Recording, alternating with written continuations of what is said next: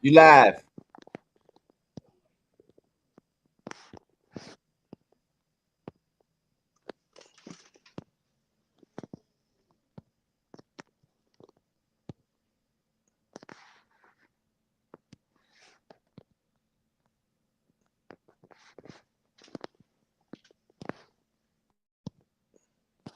Yes, sir.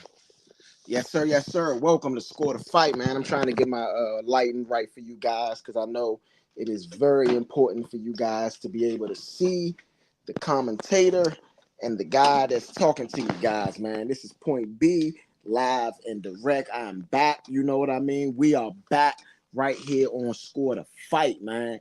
And tonight we got Keyshawn Davis versus Lemos. This is the background behind me. And I mean, you guys are going to have a thrill tonight. Right now, we about to jump into the Abdullah Mason fight, man. Abdullah Mason is one of those young guys that is on the up and come. He is 20 years of age. He's 15-0, 13 KOs. I mean, he's been a dominant fighter, and we are so lucky to bring you the first night of our fight. It's not the first fight of the night, but it's the first fight of our night, you know? So shout out to you guys for tuning in, man. I'm Point B, man, and here we are on Score the Fight again. Abdullah Mason is already in the ring, and looking at this looks like it's probably going to be another dominant performance for Abdullah Mason's. And it looks like Perel would be the ring ref, you know. So shout out to you guys for tuning in with me, man. I really, really, really appreciate you guys, man. It's kind of hard where I'm at, man, in a new little spot, trying to get the lighting right, man, and it's bugging me a little bit, man. But it is what it is, man. I thank you guys for tuning in. I thank you guys for watching with me, man. And it is Point B, first round, Abdullah Mason versus Vasquez. Excuse me. Abdullah Mason is going to be in the green trunks. Vasquez is going to be in the Trinidadian trunks, if you want to go with that. The red, black, and white with like it's a black stripe with the white around it. You know, you'll see it. Oh man, Abdullah Mason lands a really good jab. Abdullah Mason lands another really good left hand. Abdullah Mason is an orthodox fighter. Excuse me, a southpaw fighter, and he's landed. Ooh, Abdullah Mason lands a jab, then lands a check hook as Vasquez coming in. Vasquez is throwing punches but not landing. Oh, Abdullah Mason is down. Abdullah Mason is down. Abdullah Mason touched the canvas with a flash knockdown. Oh man. And Mason is really ready to go back at him.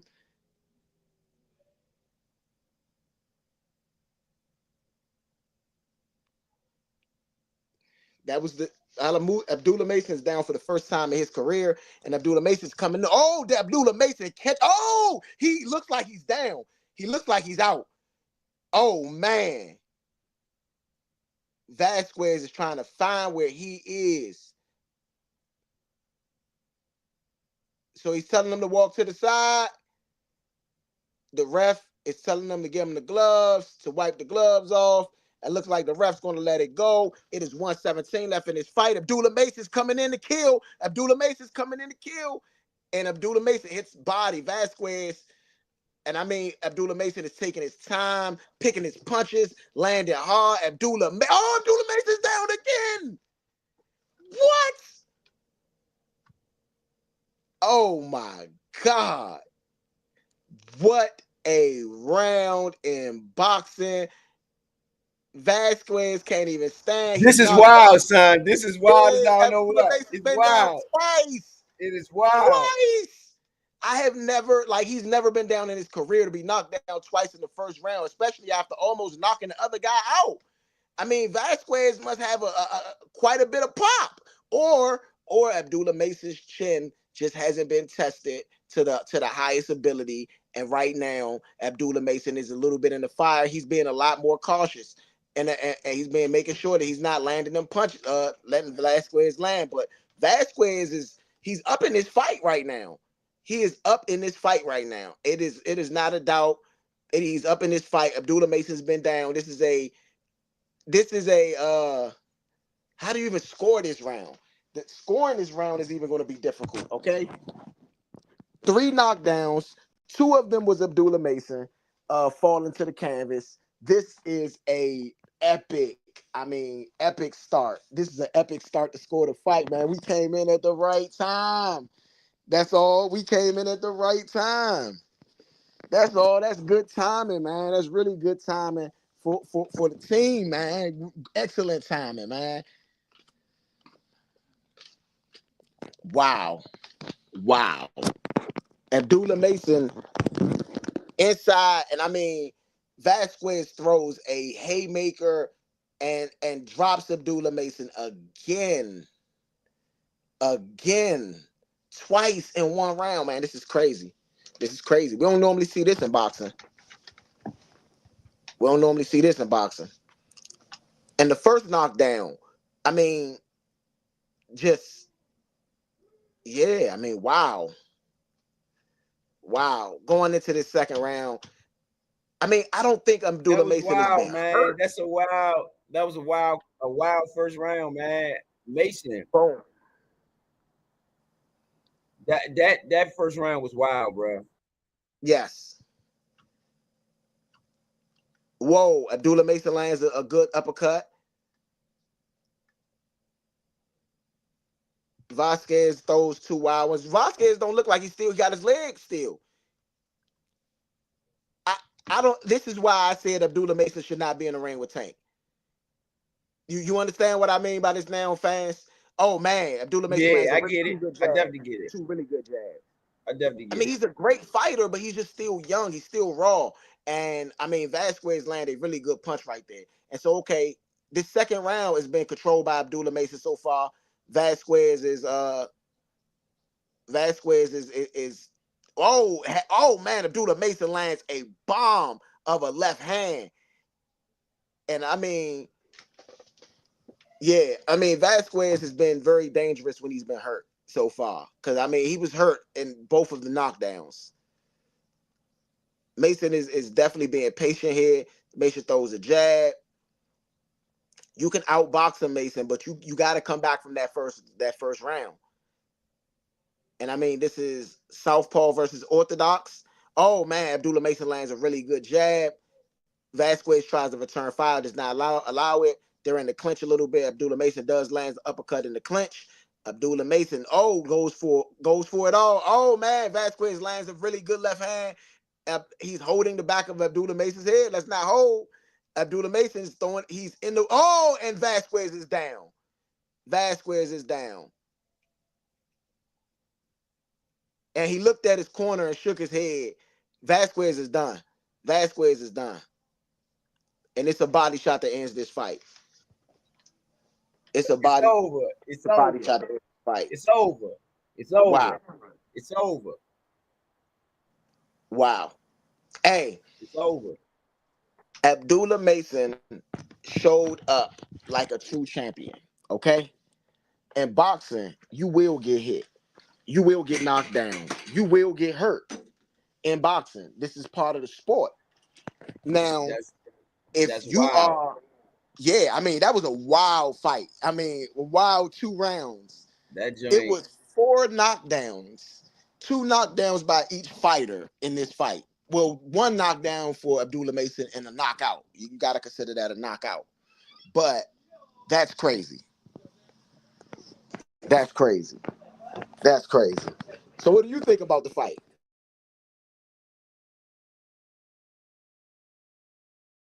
Well, the man, that was a wild fight.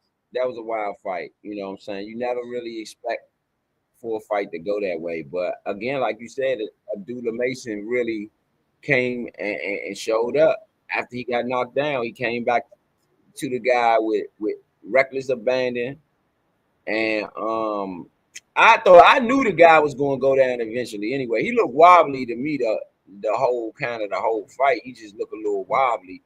Even though Abdullah Mason got knocked down twice in the first round, he still didn't look wobbly to me. Yeah. That guy looked a little wobbly to me.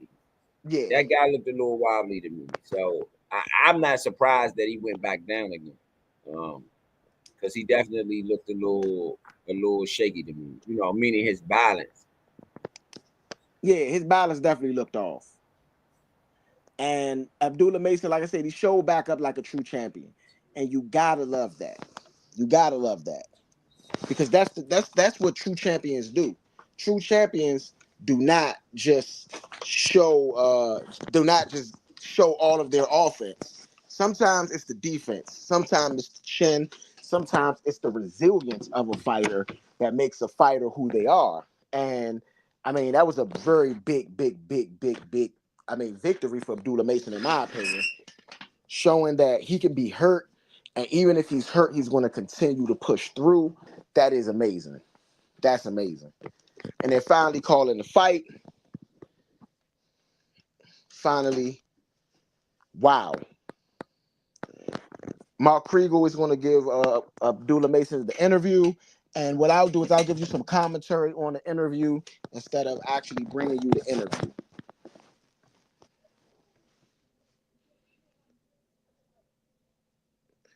And Abdullah Mason thanks Norfolk first, and he said he knew that the other guy had something.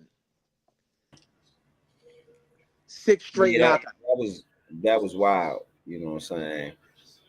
Like that was Kriegel asked him, "What did he learn?"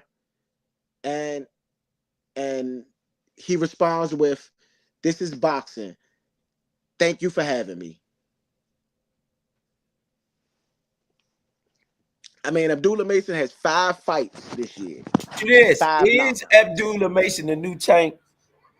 No, They no, compare him to Tank though. A lot of people say, well, he he isn't the new Tank. But what I will say about Abdullah Mason is he is one of the future stars in boxing. The reason I'm saying he's not the future Tank is because for me, he's a more of a Earl Spence Jr. type of fighter with the jab and just works behind that jab. And this is where I think that he fell asleep today when he was working through the jab. And he said he could put he asked him what did he learn today? He said he learned that he could push through anything. That's what he learned today. You know?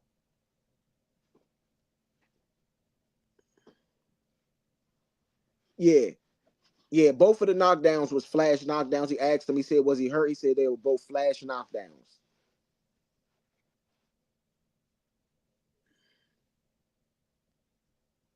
Prospect of the year. They are campaigning him for prospect of the year.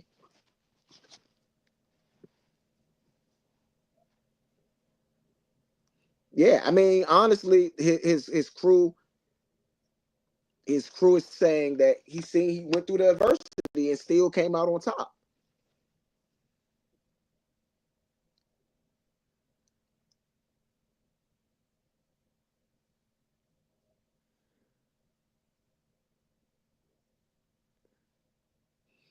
Abdullah Mason says he makes the sport exciting, and he said we. He said we. And I don't know, man. Vasquez had a good punch though, man. I just don't think that he has the wow. Wow. I mean, and when Abdullah Mason gets knocked down, he does have his hand up, but the punch comes through here and just lands and it's boom and he falls, but he gets right up like a true champion, like true champions do. Shout out to Abdullah Mason for going out and just finishing the fight like he's supposed to. Finish the opponent the very next round after he was knocked down twice. How could you not love that as a fan of boxing? I am a fan of boxing and I love that. I love seeing that. That's great. That's excellent. That's excellent. Okay. Okay. So we got Isley and Howard next. And then we have the main event, I believe, which will be Keyshawn Davis versus Lemos, which is right above me. I mean, I want to thank you guys for tuning in. This is Point B. This is Score the Fight. And we will be back with you tomorrow. Tomorrow. I cannot pronounce the opponents for for Boots Ennis, because I don't want to mispronounce his name, but it is CHU. It's like Chuck something, you know. He's already fought him. It was a very good fight. It was a contested fight. So I'm looking forward to tomorrow as well. Tonight, if you are a better, I bet with Keyshawn Davis for the knockout or technical decision. TKO, all of that falls under the same category. It was plus 240. And now I don't know if he gets the knockout, but to me, that was the best money available. He was minus 185, so you could have took that bet and just bet a little more. But I wanted to go into plus money tonight and shoot the shot at plus money.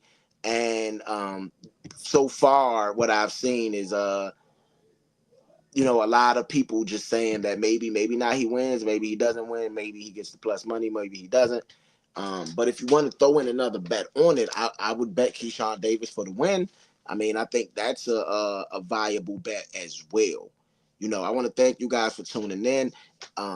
This is Score the Fight, man. You guys have been tuning in with us all year long. This is the first year. We're closing to the end of the year. The last fight of the year will be the Tyson Fury versus Alexander Usyk fight. We still got a Tank Davis fight coming up. Of course, we got the Mike Tyson Jake Paul coming up, and of course tomorrow we have the Boots Ennis fight. So I mean, we still rocking and rolling with you guys, especially for the rest of the year.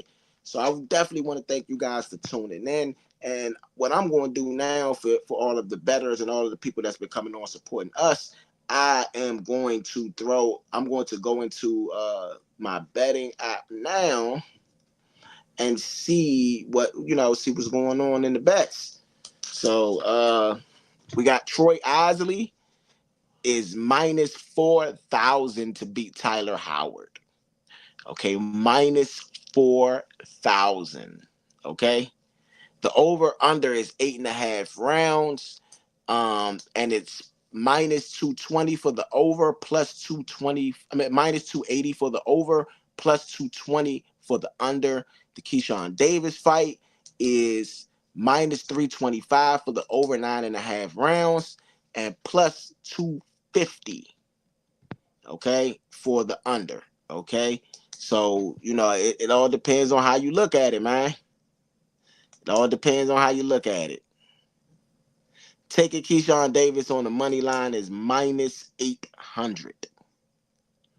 Minus 800 on that.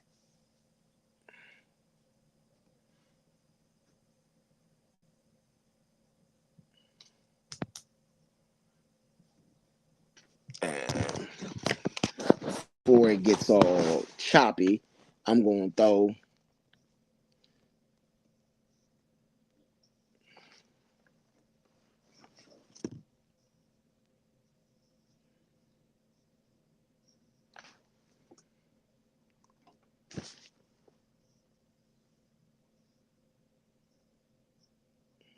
Yeah, man, that was a crazy fight.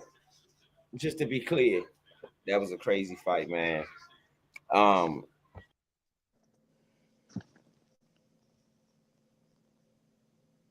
So what do you think about the fight? Do you think that Keyshawn Davis is ready to step up? Huh?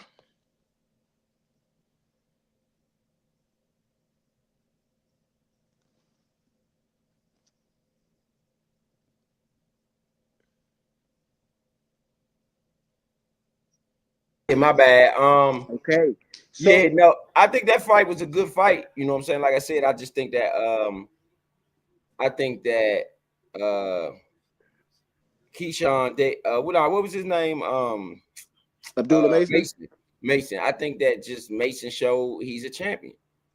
I think you gotta respect that. He came into the play. He came to play and he showed he was a champion. He got knocked down. It didn't mean nothing. He came back with a vengeance. He came back with aggression, and that's really what you want. You know. Okay. Okay. So I'm gonna jump into something else real quick. Keyshawn Davis is from the Norfolk area. They call him the mayor of Norfolk. And he was trained briefly by Pernell Whitaker, who is from Norfolk as well. Sweet Pea is one of the greatest boxers of all time. Okay, Sweet Pea is definitely, yeah, definitely one of the greatest boxers of all time. His father and Pernell Whitaker actually know each other, and so tonight, all three of the Davis brothers have been fighting, and I believe both of the other Davis brothers got wins, one by late knockout. You can see Keyshawn getting ready. Um, just a quick question here. I know you've only seen him fight a couple times. Okay. What do you think about Keyshawn Davis right now? I think he's a strong young fighter. Um, I think today is a good test because I feel like tonight is about him, and we don't get to see many stages like this where it's about him. Yes, it's a Friday, it's not a Saturday, but he's still a headliner. And Yeah, so just seeing him in his own headline, his own venue, his brother's there, it's a big stage for him. So we get to really see if he's going to come and show out, especially when he got somebody like a Dula Mason on the undercard. You got a couple people in here out here tonight looking at him and looking to see what he's going to do. So I'm interested to see how he takes this and how him and his whole family host their own event, because this is clearly their event tonight. This is their night yeah, tonight. yeah. It's a Davis top rank event. You know what I mean? Definitely, it is definitely their own event, and so far, I'm pretty impressed. I'm not gonna lie. So far from what I've seen on these fights and on this fight card, it has been very it's been a very good night of boxing, and that's what you want. When you are the headliner, you want your undercard to be excellent, You want people to go away looking at that fight or talking about that fight as if they went to the best fight they've ever seen. And right now, I think that this is a good way, to start out the night. I mean, we just started the night doing Abdullah Mason. They started the night a little bit earlier, a fight earlier, as far as the main card goes. So, I mean, I don't know what to tell you people unless you're tuning in. You got to be tuned into this type of stuff, man. This is the world of boxing that I am in, and we are thankful that we got people like you guys that love boxing that want to tune in with us, man. So, thank you guys for tuning in. This is a very it's not the biggest event in boxing, but this is a night for boxing fans. This is a boxing fan night. If you are a fan of boxing, you are a guy or a woman or whatever else you call yourself. If you are one of those people that love boxing, right? This is a night for you because nights like this, the younger fighters, the prospect guys, the guys that normally I would say don't get as much love and rep. This is their night, Trying to get this lighting right, man. I Uh, definitely agree. I so definitely we, agree. This is definitely their night. These are some guys with Keyshawn Keyshawn Davis and Abdullah Mason, just some guys who I just think that they got a bright future, and so boxing needs them, as well as some other guys to step up, but particularly them. I think they definitely got a bright future when it comes to the sport of boxing. And we need some young bright stars right now because at the end of the day, boxing I feel like is on a bit of a comeback a little bit. So you can really see in any way how this thing gonna go. yeah, for sure, for sure. I mean, I know this is a big night in boxing as far as for fans. I want to get you guys up to date about what's been going on with this fight, the Keyshawn Davis fight. So Lemos did not make weight. He came in at 140.1, and that would have been over the weight limit for the next weight class, not the 135-pound weight class. Okay. Um, that's very unprofessional. His response to that was, I thought I was going to make weight. His response to that, I thought I was going to make weight. He said basically he was got overconfident.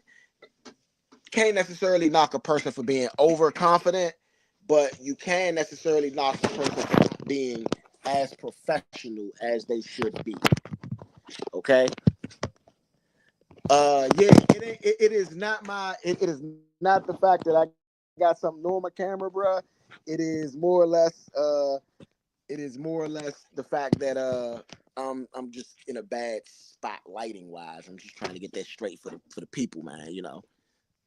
So excuse me if I'm moving it around a little bit. Might not be the best, but there we go. There we go. There we go. Yeah. Appreciate it. They um as far as boxing right now, right? Where do Yeah. you put Keyshawn Davis at? As far as the upper echelons, is he top 20, top 5? Like, where does Keyshawn Davis fit? As far as everybody overall, if you're talking about overall, Keyshawn Davis maybe top 25 to top 30 fighter, maybe a little bit even lower than that, maybe. Just because he hasn't had enough fights yet. You got guys that I would put above him, like Tyson Fury, that does have a loss on his record, even though Keyshawn don't have a loss. You got like an Earl Spence Jr., whose resume is like crazy. You know, right now, Devin Haney and Ryan Garcia has done a little bit more in the sport of boxing, I feel, than Keyshawn Davis. So you got guys that just got more experience. And right now we get into this next fight, and this is Tyler Howard, 5'9", 159 pounds, 30 years of age. He is 20-0. Excuse me, 20-1 with 11 knockouts. He graduated from Tennessee in 2016. And they call him Hercules, man. They call him Hercules. He got some pop, I guess. This will be my first time actually seeing Howard. Okay. Troy Isley, 13-0, five knockouts. He's one of those prospects. He's 26 years of age, 5'10". He weighed in at 158.9. He is from DC. You know what I mean? So, yes, another key locked in. Okay, VA to DC, and we're gonna be rooting for Troy Isley tonight. I wish I knew Yeah, he was from DC. we got a good Washingtonian in the building. I could dig that. I could dig that. I could dig that. Representing Southeast DC. They call him the Transformer.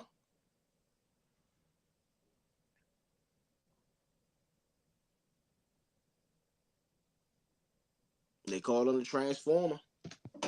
So we're gonna see.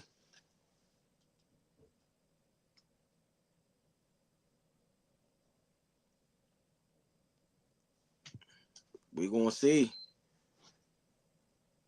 What's your prediction on the fight? What you got? Honestly, right now, I mean, Howard was minus 4,000. Okay, minus 4,000. That's not a bet that I would even take. I'm not taking $4,000 bet. Even just not. Right, but what is still your prediction in the fight in general? Bet Oh outside my, of the betting, probably a what you got knockout. happening? Probably a late round knockout. What's the other guy's record? Can we pull that up? We What's got his twenty name? and one versus 13-0. I, mean, Isley had five I don't think knockouts. he's gonna get knocked out. Yeah, I don't think it's gonna be a knockout. I think it might go to distance, but if it is a knockout, it'll be late round. I don't think And it'll be early. Isley, who's the underdog? Isley Yes. No, Howard. Howard. Let me double check. See if it's gonna still give it to me because I already went away from it. Nah, it's gone now. But yeah, Isley was the underdog. I mean, Okay. Howard was the underdog. I, Isley is a prospect. He's 26. So and Isley is just landing right now. Howard isn't throwing very many punches. Howard is Howard is just kind of backing up a little bit. And I mean, Isley is moving forward. he's playing good defense. Howard is playing good defense though. Yeah, it's not bad defense, but he isn't initiating the offense right now. Howard is just kind of controlling the fight. I mean, Isley is controlling the fight. Howard is, Howard got to throw some punches, man. If you want to win fights, you got to throw punches. I agree, but again, I like his defense. I'm gonna be honest. In his first round, I mean, he seemed to be able to handle whatever Osley could do. I think he's trying to test and see if he can handle Osley, whatever it is that Osley can bring to the table. I think he's trying to test and see can he handle the shots. And right now, to me, he's doing a masterful job. He's handling them well. Okay. I mean, Osley does land a jab right there. It doesn't seem like Howard is throwing his punches with any conviction, I you know, agree. and that's my thing. Osley lands a good body shot right there, body jab with the left hand. And I just think that at least Osley isn't trying to like hurt him. That's what it don't look like it, but Osley is at least throwing the punches to make you feel it, you know? Yeah, I can agree. I think Howard's playing though. I think next round you might see more activity out of Oh, Howard. I Osley think lands the a really good check hook. Go ahead. Yeah, no, I think next round you might see a little bit more out of Howard. I think this round, Howard, for me, in my assumption, just to give him the benefit of the doubt, I believe he's just testing to see if he could handle the shots, and handle the power that Osley would bring. Good 1-2 by Osley.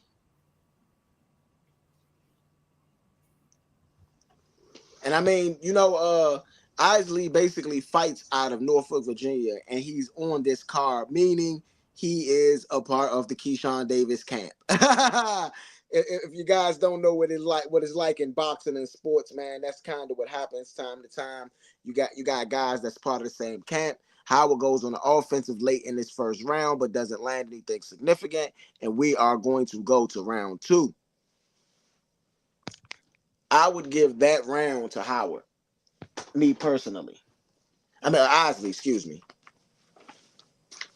I got Osley on that. I just think that Howard wasn't active enough to get around to him. I think Osley was just a little bit more active, but I do expect that offense to peak up a little bit in these rounds or later on for Howard. Hey, this next level, the way they doing this interview, he got the earpiece in the background, but he's interviewing with the commentators, you know? You see I this? like that. I Huh? like that. I like I that. like I think this. that's innovative. Yes, I like this. I like this. I like the way that they put that together. See, that's what I mean. I'm looking for innovation in the sport of boxing, and whenever we can get some innovation, we gotta respect it. We gotta like it. We gotta love it. You know.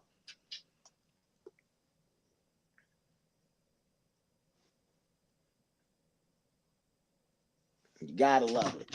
Gotta love it. Round 2. Osley I like is. I like I said Howard for that one. That last You like Howard? Osley, sorry. Osley landed Osley 9 punches. Osley. Okay. And Osley's coming back out. Osley's still throwing. This is a 10-round fight. Osley lands a body jab. Howard responds with the check hook. And right now, it's just a little bit of a filling out type of still process. I think Osley is popping his jab. He's landed 2 out of the last 3. He's landing that jab really good. Howard is just landing the jab. He didn't land that last jab, but he's landed about 3 this round at least. And Howard just looks scared. Howard looks like he's scared to throw the punches. Oh man, Osley lands a really good left hand. Really good left hand, man. Really good check hook. And Howard's just kind of stand back there and not really letting his hands go. I feel like Osley is in control of this fight. Osley is rocking them foam posits. You know that's a DC thing.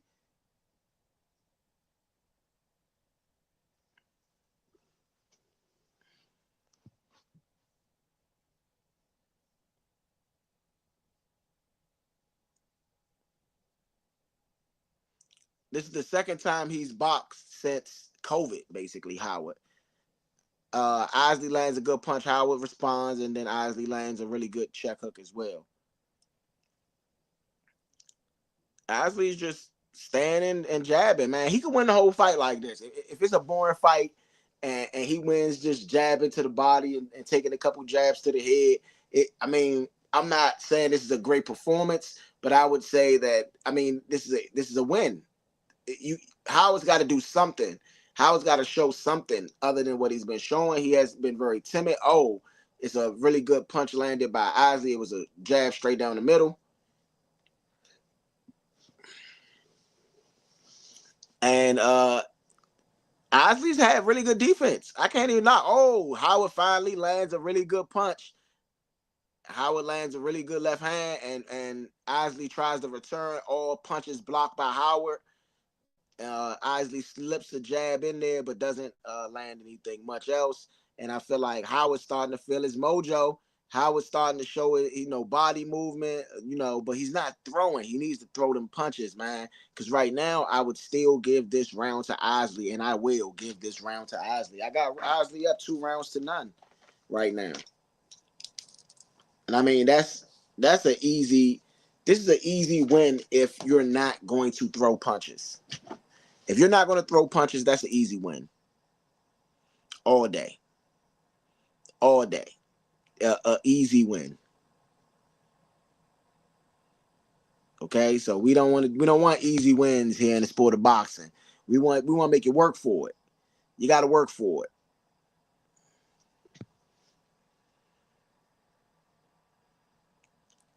Brian McIntyre is Roy Isley's trainer. You know what that is. You know who that is. You see how his offense went up in that round, like I was saying. Even though his offense might have went up, it still wasn't enough to win the round, though. But he just was more active. He just was more active. He was more active than he was in the first round. That's just what I was saying. Yeah. Round number 3 out of 10. Isley starting out throwing a couple punches. I don't feel like he's landed any of those first 3-4 punches, 6-7 punches now. He is throwing the jab out there though, and freezing Howard. I think the jab is more to freeze Howard to see what he can do and what he can't do. And every time Howard tries to find a way, he's getting hit with a jab, just get hit with another jab. I mean, this easy work right here. Isley is just moving away. Oh, Howard finally lands a really good shot right there. It was overhand right. Isley shakes it off. And right now, it's just a boring jab versus jab fight, basically. Neither fighter is taking any chances, but right now, Isley is up 2-0. So Howard got to get more active. Howard got to get more active at this point. Yeah, that's what I'm saying. As a trainer, I would tell Howard until he changes something, this will be sticking with. Because he can't. Oh, whoa, that was a good exchange right there. Isley lands a jab. Howard tries to return. Isley dodges it, tries to throw another one, but he misses. Isley, that is the second one. And Howard just haven't been able to get his offense off, man. I mean, Isley is just jabbing and moving, and it's very simple. Very simple. You got to give. Good one too from Howard. You got to give Isley some credit though on his defensive end. Staying active and keeping moving around and stuff like that. He doing a good. Absolutely, but see, the thing is that he's not even giving you no head movement. Not a lot of head movement from Isley. He's literally just boxing them straight, and right now Howard is trying to get his way in, and now Isley is on the back foot. Howard just standing in front of him, not throwing punches. You gotta throw them punches, and you gotta put something together, at least a combination every now and then.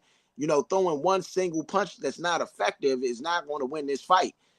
And so Isley just jabbing. Now Isley's starting to show some of that head movement. He dodges one of Howard's throw punches. And it's just faced up. Oh, man. Isley lands a really good jab. Isley's on that back foot jabbing. I mean, Isley, good 1-2 punch right there. Isley, good 1-2 punch. And now this is coming to the end of the third round. Howard got his hands down and trying to find his way in. And Isley. I got Isley. I'm going to get that third round of Isley again. I mean, it's not enough offensively. It's just not. I think Howard's playing good defense, but he just don't have enough offense right now. I mean, his defense not great. It's not good, but I mean, it's not bad, but it hasn't been great. It hasn't been. I think it's been great. I think it's been great. It's just been bland. I'm talking about his defense. I think his defense has been great. That's what I'm saying. Even his defense, it hasn't been great. Isley's landed some punches, but Isley ain't really landed nothing significant. He's not throwing anything significant. Yeah, but he's for what he is throwing. His rate is not particularly high. He has a low rate right now of landing percentage. You know what I'm saying? So I just think that on the offensive end, as far as Isley's offense, Howard seems to be handling him a little bit. As far as Howard's defense, Howard's offense is terrible. Yeah, but it's terrible. Yeah, but if you're looking at it like this, if I'm throwing a jab, right, and my jab is effective to win the fight, I don't need to throw a hook. I don't need to throw an uppercut. I don't need to throw any of the other stuff. I'm just going to throw the jab. I agree. That's why I said, for what it's worth, it ain't hurting him. You know what I'm saying? It ain't hurting him. I just think Howard got to do more on the offensive end. Whatever he's doing defensively, that's what he's giving him. I'm going to give you the jab. I ain't giving you nothing else. You know what I'm saying? I'm not going to let you get close enough for nothing else. I don't know if it's that. Right now, Troy Isley punches landed through rounds. Now, this is a testament to what Rose said. He normally lands 26 punches per round. He's only landing 10.5 punches per round in this fight. That's what I'm saying. So defensive, his defense is good. It's just offensively he ain't got nothing. I mean, you might got a point there. I mean, I don't think that Howard's even. I mean, I don't think Isley's even going on the offense, and that's what I'm saying. I don't know if it's Howard's defense or Isley's just not hunting. You gotta hunt. It's time to go hunting. You in the big leagues now. This is a fighter with over 20 professional fights. He has over 10 knockouts. So you know he can knock a guy out. Man, you need to go hunting out there before you just sleep around and get slapped. And right now, it's a good exchange right now between Howard and Isley. Neither one of them. Oh, okay, good jab right there by Howard. Good jab by Howard. Good jab by Howard. I think Thank you guys for tuning in to Score the Fight, man. I really, really appreciate you guys for tuning in. And this is a very, very, very big event, man. I want to take you guys, this is in Norfolk, Virginia, and shout out to our neighbors in Norfolk. You know what I mean? All those people from this area that love the whole DMV thing.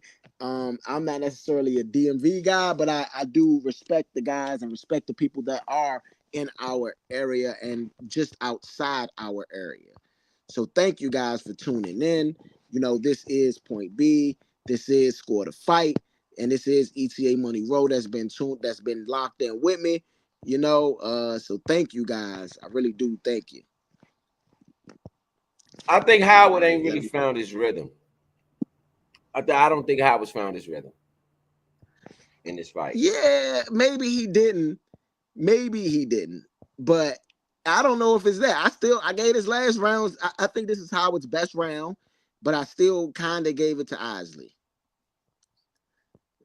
That's the closest round, though. And if I was going to give a round to Howard, it would have been that round. But he's still not active enough. Exactly. But it could be because now he would have to compromise his defense, and he's not willing to do that. Man, hey, if you are down 3 rounds in an 8-round fight, you got to go for broke a little bit. If you down 3 rounds, you got to get risky. You got to take a couple risks. I mean, if you're doing that, that's what I'm saying, bro. If you are, you got to take a risk. You got to go on the risk, because that's what it really is at that point. It's risk. High risk, high reward. Low risk, no reward. Okay? So fourth round, I got it 4 rounds to none for Osley. That's the only round I might consider a swing round, though, so I'm going to definitely put that on my card on the side as a swing. And they have it the same way, 4 rounds enough for Osley on Mark Kriegel's scorecard. So Osley is just using his jab very well. Okay, now the combinations come. Oh, Osley lands a really good 4-punch combination. Probably lands 3 out of the 4, but that 4th one really did land. Right now, through round 4, 55 out of 194, 28% for Isley, 17 out of 77 for Howard. And that right there says it all. 17 punches landed out of 4 rounds. That's not Yeah, that's not enough. That's not enough. That's not enough. No, it's not. Oh, Osley lands a really good 1-2 punch right there. Uppercut, right hook, really good combination. It didn't hurt Hercules, but Hercules ain't looking so strong right now. I tell you, both of the fighters land. Both land hooks. Tyler Howard has only landed 1.2 punches per round. His last 3 fights, he's landed 8.9, and the middleweight average is 11.3. So he's already under the average. And right now, tonight, he's been nothing. He's not even landing 2 punches around. But he lands a really good punch right there. This round, he's landing more than 2 punches, I'll tell you that. Oh, man. And Osley lands a really good punch, moves out the way. And I feel like Osley knows that he got Howard's number. He's just that's because, like I said, it seems like when Howard go on offense, he do compromise his defense a little bit.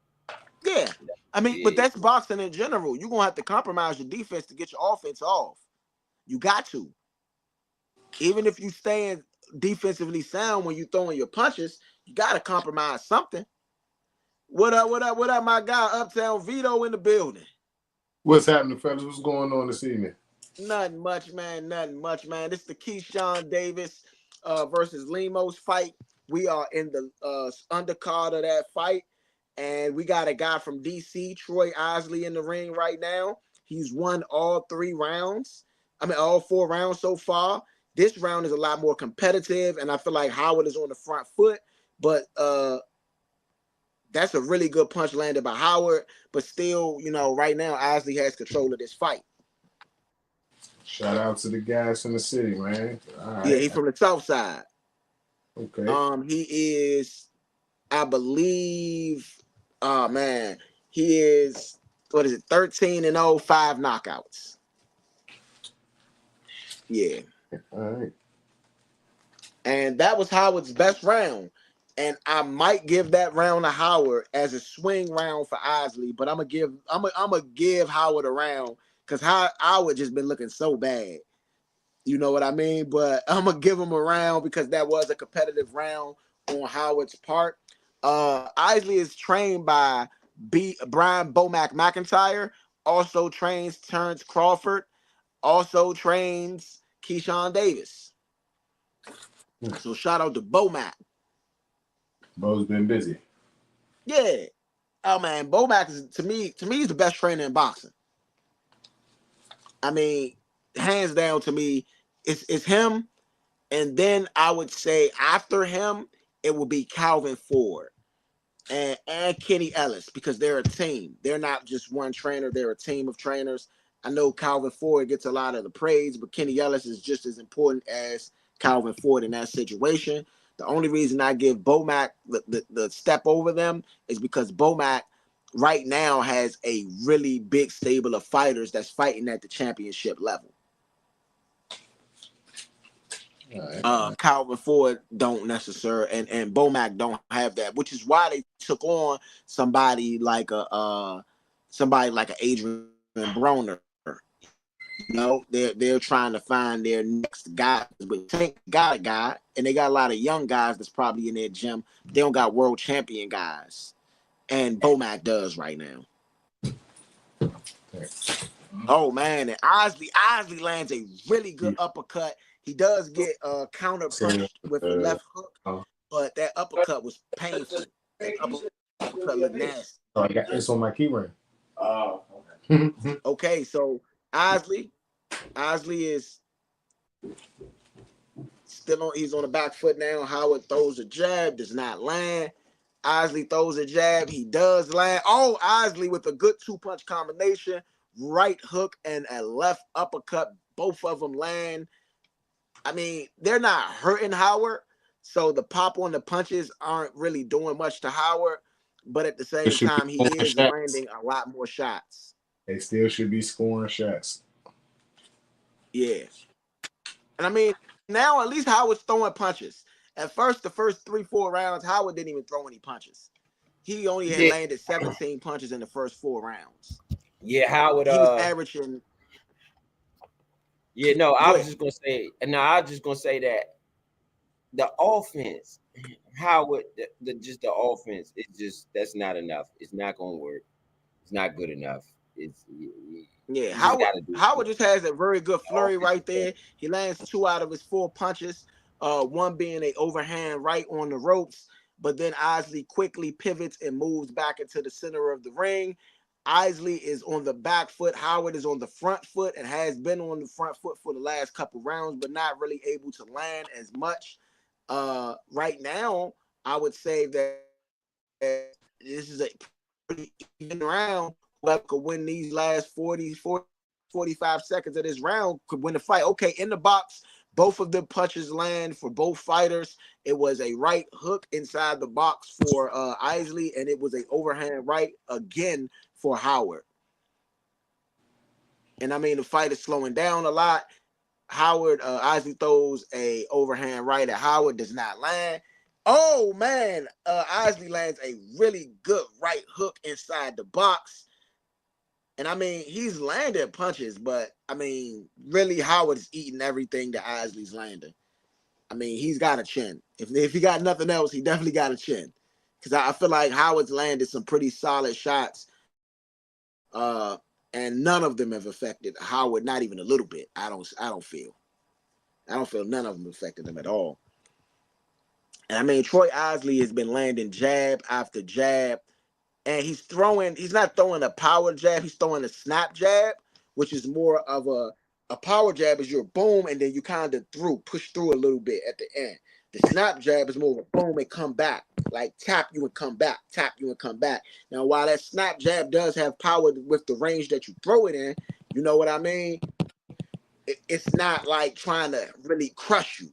And he's just been landing that snap jab the whole fight. Even jabs to the body. Oh, man. And I mean, he's boxed beautifully. He did catch him with an elbow on that hook though. Yeah. The referee didn't see that elbow hit him on that back end. That was an elbow by Osley on that hook. I saw that. I think if you're a ref, you want to catch stuff like that, because at the end of the day, it do give a little bit of an advantage to the person. When you don't catch it, you're giving an advantage, whether you like it or not. But if you don't catch it, you don't call it, you're giving one party an advantage over another. Yeah. Jabs landed through this round. Osley has landed 7.7 jabs. His average is 4.3, which is the middleweight average of 4.3. He's been excellent at the jab tonight. Boxing beautifully.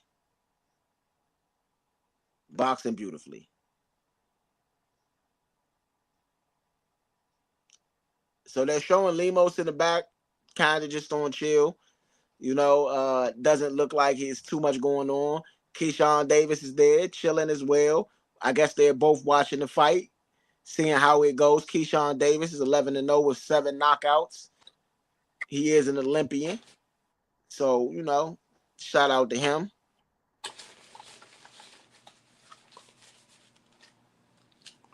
right now. Just a bunch of jabs being thrown. And the main event is next. Keyshawn Davis versus Gustavo Lemos, light heavyweight bout, 10 rounds. And we are in a middleweight fight right now, 160 pounds. That's the middleweight division. This is Isley versus Howard. Right now, Isley is still boxing beautifully. This is another round I'm giving to Isley. Nobody's really landed very much significant punches throughout this round, but the jab, man, the jab of Isley has controlled this fight from round 1 until this round, and he's landing the jab efficiently. You know, he might not be landing it. He might not be hurting him with it, but it's definitely efficient. It's definitely been efficient. Yeah, I mean, again, offensively, he's just challenged. It seems like he doesn't really know who he is offensively. He seems to have be comfortable defensively. He doesn't really feel maybe don't feel safe enough to let go some of the defense for the offense, or vice versa. Or I don't know what's going on with him, but I know this is not enough offense to win anything. Not a boxing match. I mean, this is not going to work. You got to seven punches landed in the first 4 rounds. That's just not enough. You know what I'm saying? That's just not enough. Regardless of how good your defense is, you got to have some. You can have the shoulder roll, Philly shell, Muhammad Ali, dodge, whatever you all put together, and it won't matter if you only landed 7 punches in the first 4 rounds. That's true. That's true. And so that's another round for Isley I'm giving. I got Isley dominating this fight. I got him winning every round with the exception of the 5th round, which to me is a swing round anyway. So you could give it to Isley for that. You know, I don't know, but maybe you could. You know, wow. Just dominating them. Thank you guys for tuning in to Score the Fight. I am Point B. We got Uptown Vito and ETA Money Row in the building. This is Davis versus Lemos. Keyshawn Davis, Gustavo Lemos, 135-pound weight division. Gustavo Lemos is 29-1 with 19 knockouts, and he is from Argentina. Buenos Aires. Hopefully I said that right. Spanish not too good, but I do want to, shout out to him because he is the main event fighter tonight, man. He only got 1 loss on his record, and Keyshawn Davis is no slouch.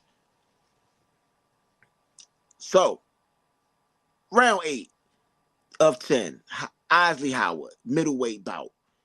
Isley and Howard is coming out at least trying to throw some risk in there. Right now, Isley has landed about 3 out of the 5 punches. Oh, man, Isley lands a really good uppercut. I was saying he's landed 3 out of the 5 punches, but he's landed a lot more now. He's kind of landing that wheel. He's landed that right hook several times in this round. And right now, he's going on aggressive on the front foot, Isley. Isley is hunting. Howard is trying to get some defense, but, I mean, Isley's placing his punches very well. I mean, he's placing his punches extremely well.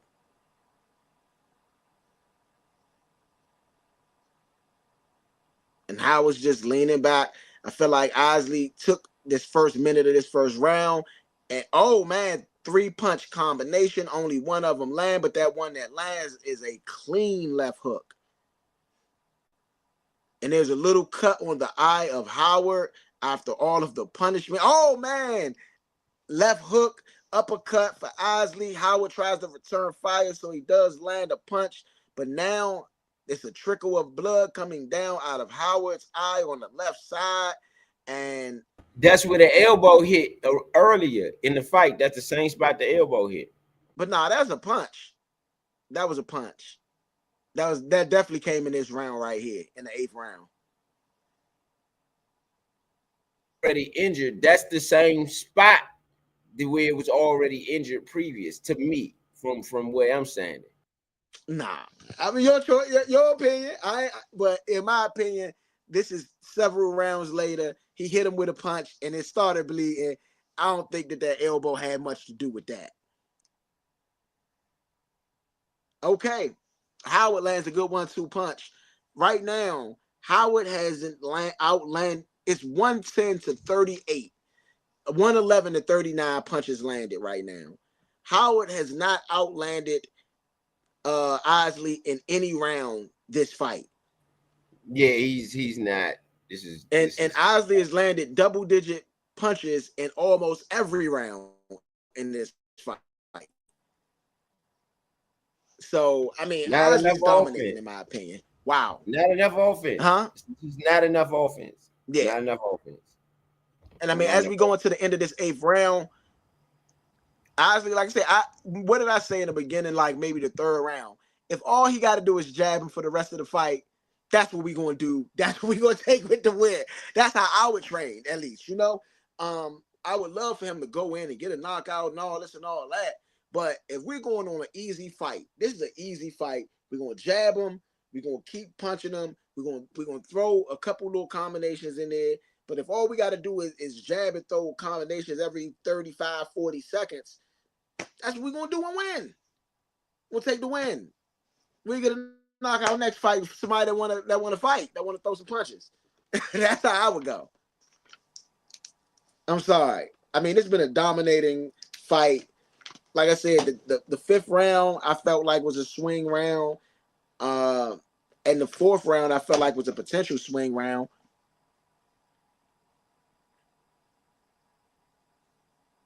The jab is what created the cut on the eye. He kind of, you know, with your jab, you twist at the end. And so with that twist on the end of the jab, you know, as you turning it over, that twist will cut somebody open if you do it the right way. You twist that joint like that, you know. And I'm not trying to be a boxer. I'm just trying to describe you guys what was going on in the fight so you guys could probably see live what's happening. Round 9 out of 10. And on Mark Kriegel's scorecard, it is 10 rounds to none for Osley. Osley, they going to the body. Osley, really good body shot right there. Osley lands a good jab. I mean, this is a pretty good fight, you know, pretty, not exciting, but it's a good fight, I would say. Both of these fighters are right there front and center. There's not a lot of running going on from each other. You know, it is movement, but no running. You know, these guys are, Howard is there defensively, but I would say he didn't necessarily come to throw punches. So I can't say he came to fight, but Osley definitely came to fight. And Osley is in the head. Howard's in the headlock. Osley in the clinch. 158 left in this 9th round, the championship round of this fight. Osley lands a really good body shot. They go into the clinch. Ref breaks them up. Lemos is warming up. Osley on the back foot.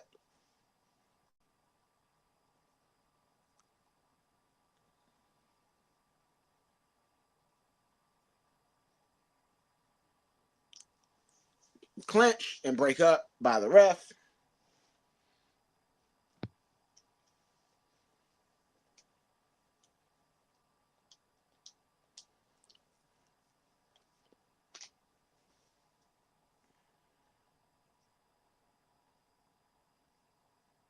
Howard tries to go on the offense.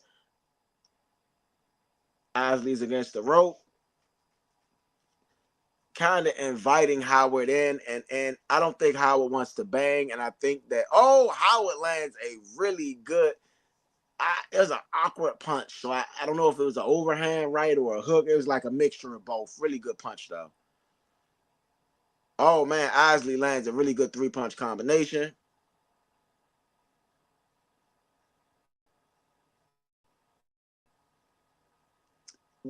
Osley looks very comfortable in the ring. He isn't even giving a lot of effort. He's just landing, you know, punches when he can. Very comfortable. Very comfortable. 17 seconds left in this 9th round of Osley Howard. AV. We got Boots in this fight tomorrow, bro. You know what I mean? You get it if you can, you get a chance to see the young talented prospect, man. Not even a prospect anymore. You know, talented champion, Boots Ennis, man. Get his fight on. Yeah, I Last covered that round of one. this fight. Not a Boots fan. What you say? I said I gotta see if it come on a channel that I get. I say I'm not the biggest Boots fan. Yeah, I gotta size that one up for me. Yeah, I mean, it's against a fighter that he had a really good fight against. Czechostan, I think he's from. I don't want to, misquote it, but this is a guy that it was a good fight with him at first, so it's like a rematch fight. But this is a fight that maybe can showcase Boots' talent a little bit. What don't you like about Boots?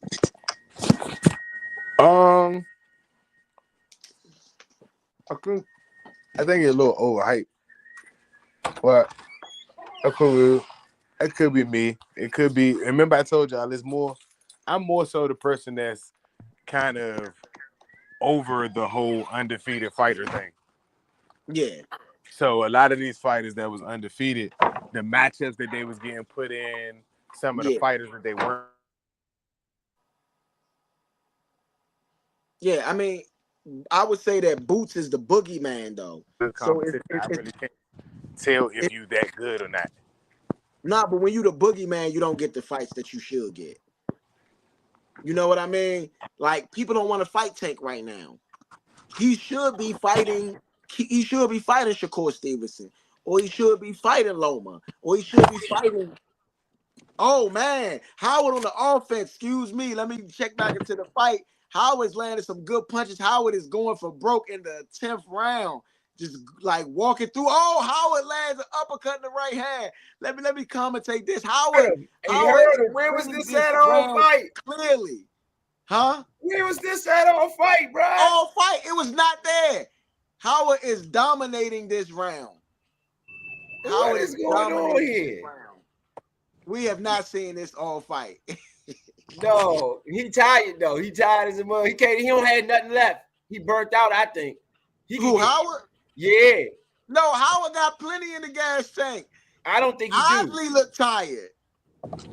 Osley do look tired, but both men look. Oh, there you go. Osley getting pummeled this round, bro. Like Osley getting whooped this round. But he won the fight. Osley, you gotta. I don't think Howard, man. Howard is tired, man. Look at he can't even hold his body up. Howard tired. I mean, he looked tired to me. Both of the fighters are tired. It's the 10th round of the fight, but he don't look gassed, like completely. He look gassed to me. He got a lot left in the tank. Trust me. I don't see that. I don't know what lot you talking about. Look, he can barely hold himself up. I can see it. I can see he got some. Oh, look at him. He got hit. Osley's a better boxer. Right. And I think. Oh man. Osley with a very good right hand.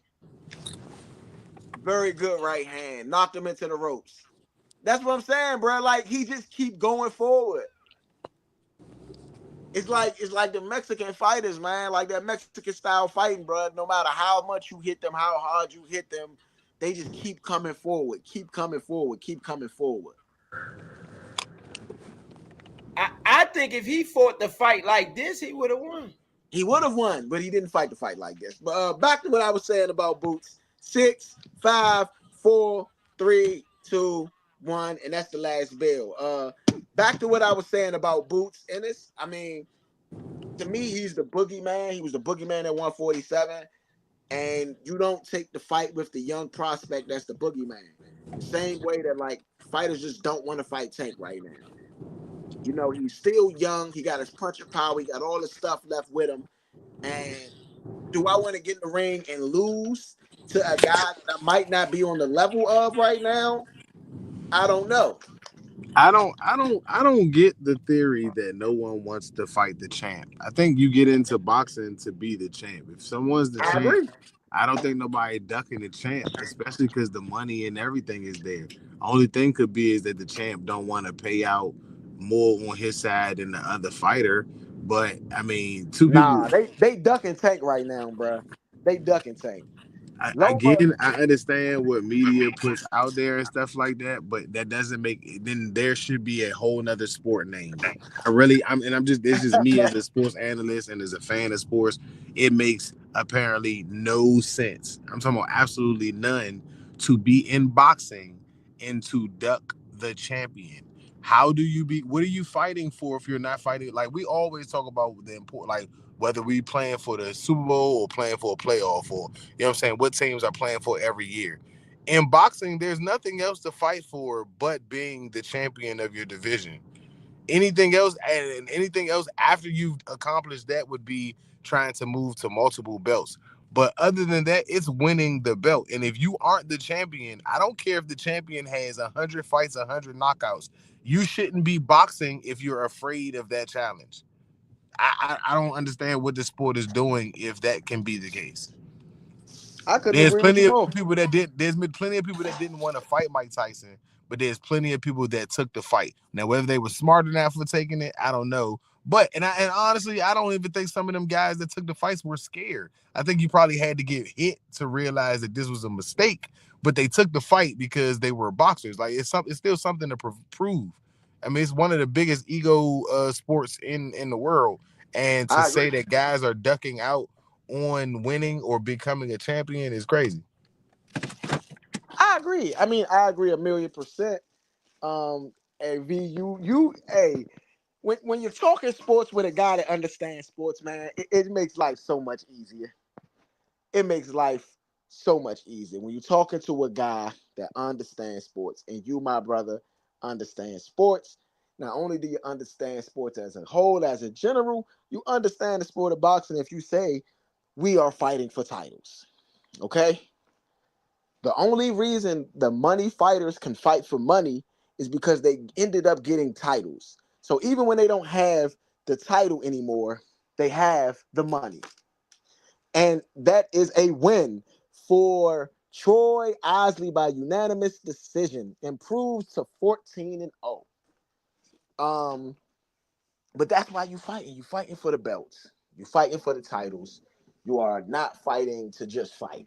You're not fighting what they say, fighting for my health. You know?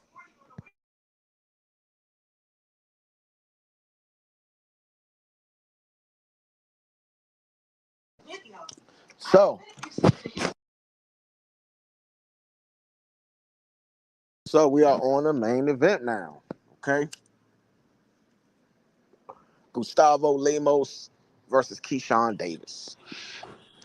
But what I was talking to with V about, I agree with you're supposed to do this. Now it goes into the play of legacy. Okay. Will you ruin your legacy by getting knocked out? In boxing, very much a good potential chance. I don't. That's what I'm saying. It depends on the era of boxing or who we talking to. A knockdown or a knockout, depending if you fighting a Tank. Let's just say it's Floyd fighting Tank, and that's completely outside of what's going to probably ever happen. But let's just say it's Floyd fighting Tank. Floyd is not a knockout puncher like that. He has knockouts on his resume, but he's not a knockout puncher like that. So if Floyd were fighting Tank, wouldn't people expect that there would be a decision if Floyd were to win?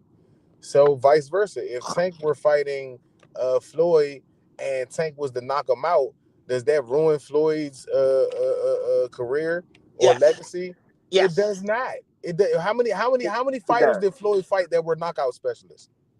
I'm gonna tell you why it ruins his I legacy, asked the right? question, Leo. You're the Because boxing guy. We can't skip over I'm questions not gonna here. dodge. I'm not gonna dodge your question. So I'm gonna answer your question first. My bad, brother. The question is, he fought plenty of fighters that was knockout punchers. We can go with Shane Mosley. We can go with Canelo Alvarez. We can go with even Old, inexperienced. We're gonna go next. Tank is not inexperienced, nor is he old. yeah. Now I'm saying he fought fighter. he fought fighters, especially I can't name everybody that Floyd fought right now, That's but he because it's fought. very hard to do so, brother. It's not. It's not that this. It's No, not that I those mean fighters Canelo didn't have Alvarez any was not old knockouts. and was Oh, not I old said at he was all. inexperienced. He You had fought an 40 fights, inexperienced bro. He was not inexperienced. He was inexperienced at the at level that he's fighting at now. American fighters, fighting your. All right, okay, no argument there.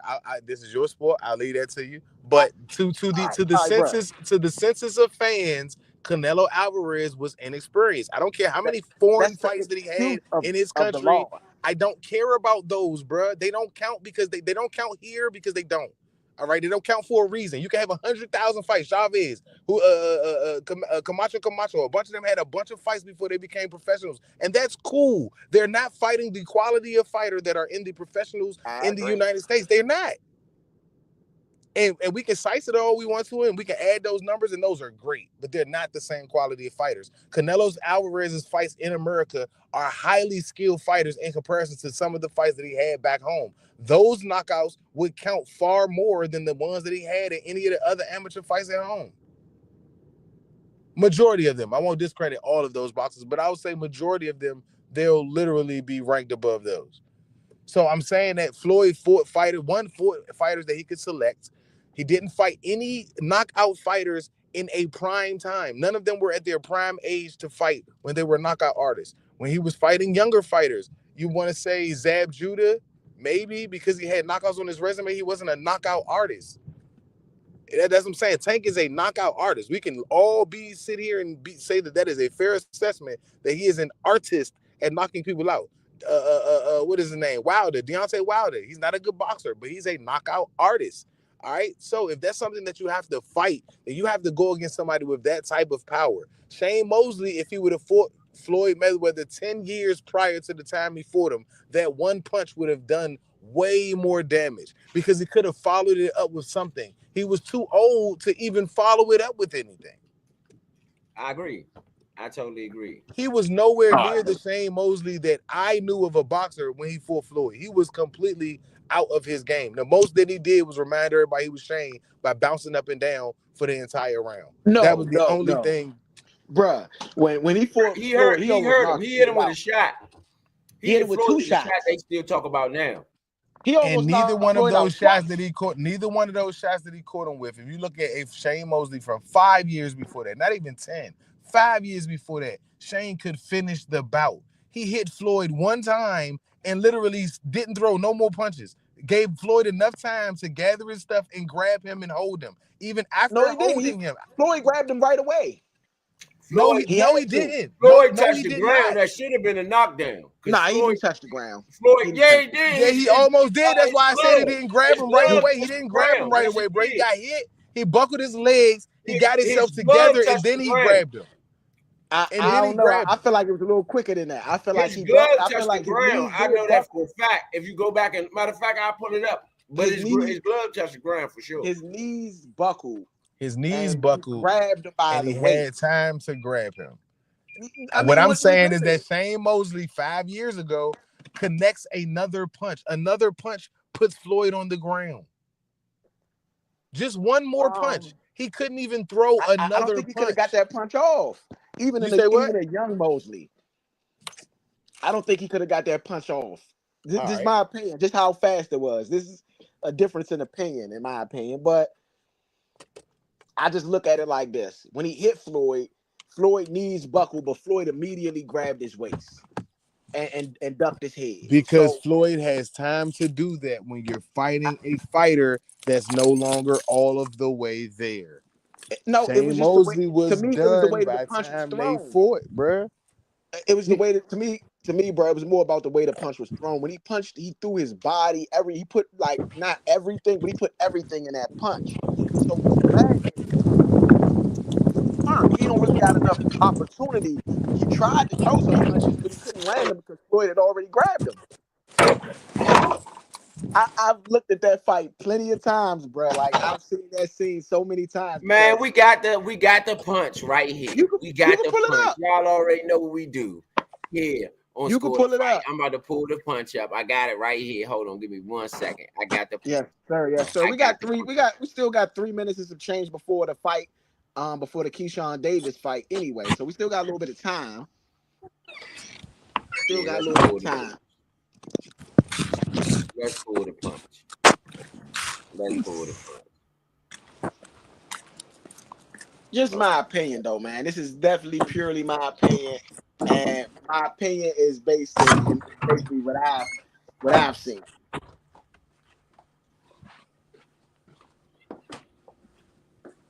Let's see what we got. Let's see what I we got a got. question for you though, V. So do you think that a younger Shane Mosley beats Floyd Mayweather? You say what? Do you think a younger version of Shane Mosley beats that same version of Floyd Mayweather that fought Shane? Uh, if we're being honest, I'm not gonna give my opinion on that and say yes or no. I'm gonna say I don't know. What I will say Okay. is that it would have been a fight that we could have fairly judged.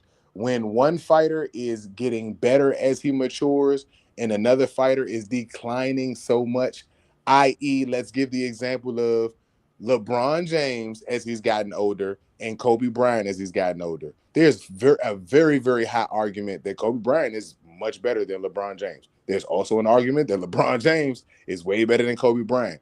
But I think that gets stated or even gets put in the conversation, even though they're different positions, because the decline as Kobe got older is not the decline that you see with LeBron. Even if you say LeBron and Michael Jordan, that's literally the only argument that anyone can have with LeBron and Mike is the fact that he's doing it at an older age. Well, guess what I would say to all of those people who feel like that?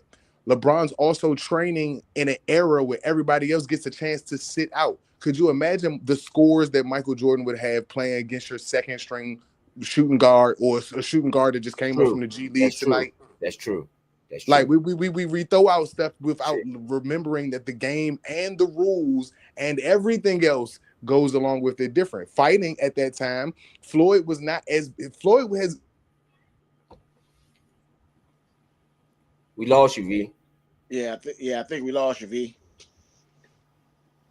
All right, the punch. The punch. Let's zoom in on here. Let's zoom in a little bit.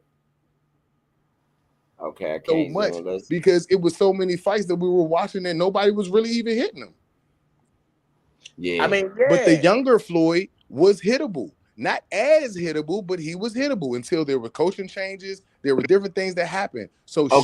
Shane, as a younger fighter, Well, I can possibly could have explain. given him a lot more go than the older Shane who's falling off when the other fighters, I you know what I'm saying, I just can explain coming that more the into their defense. own. Am I I can Right right? explain here. the defense This versus is the this offense. is Okay. this is the shot, I believe. Yeah, I was going to say I can explain the defense versus the offense. The defense. Well, we're going to look at this clip first.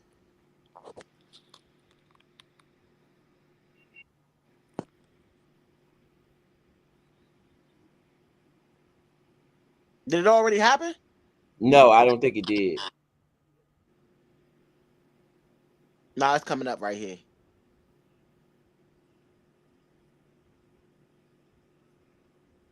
Coming up. Yeah, it's coming up. Right there. Boom, right there. Hold on. Was that That was it? the first. That was the Hold on, first hold one. on. Yeah. Remember, I told you he caught him more than one time. I told you he caught him. He caught him a couple times in that fight. He wasn't able to finish him because Floyd's a Floyd man. touched that. That should have been a standing 8 count. Nah. Watch, you No, gonna he see. couldn't. Yes, it should have. You gonna see. No, bro. You gonna see his glove touched it. His glove touched the mat. Floyd wobbly right there. Yeah, he is because he already got hit. That's why Floyd I is said Shane. totally wobbly. I told you Shane caught him more than one time in that fight. Shane wasn't as washed as everybody keeps saying he was, in my opinion. This is not, bruh. When you finish and when you get a chance, It's go not. look It's at not. Shane Mosley from 5 years before this. I'm not even talking about young Shane. I'm just saying 5 years before this. This is a washed up Shane Mosley. It's like Kobe in his last game. He scored 60 because of who he was playing, not because he was supposed to score 60. Okay? He played on a almost still torn Achilles in that game. That ankle wasn't still all the way healthy, and you scored I 60 agree. because it's the farewell game. This is Shane Mosley's farewell fight. No, Shane fought a couple times after this. It was for the money, bro. It's not. It wasn't a challenging situation. Shit, So I'm gonna go back Pacquiao. to the exchange here. Pacquiao beat the life out Shane.